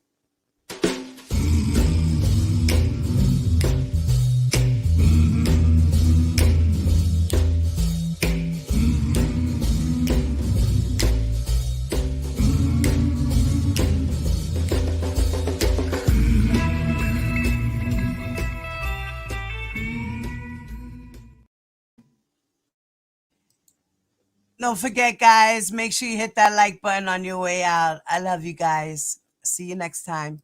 Peace. Ladies and gentlemen, lend me your ears and your eyes. Diva Divine Light, live from Brooklyn, New York. Know your lane for what you saying, yo. Silly with my 9 milli with the dilly, yo. When I be on the mic, yes, I do my duty, yo. While up in the club, every while in the studio. You don't wanna violate, nigga, really and truly, yo. My main thug, nigga named Julio, he moody, yo. Like a nigga that'll slap me with the tulio. Bitch, nigga scared to death, act fruity, yo. Fuck that, look at shorty, she a little cutie, yo. The way you shake it, make me wanna get all in the booty, yo. With no delaying for what you saying, yo. Diva Divine Light. Really my heart to me. That's what you got for me. Put more than hands with my eyes to see. Still $1 in the place to be. If you really my heart to me. That's what you got for me. Put more than hands with my eyes to see. Still $1 in the place to be. If you. You're watching Diva, the Divine Light. A fun-loving, caring, passionate person who talks about sex, celebrity, and real-life issues, and even abuse. So hit that like button and make sure you share the show. Really my heart to me. That's what you got for me. Put more than hands with my eyes to see.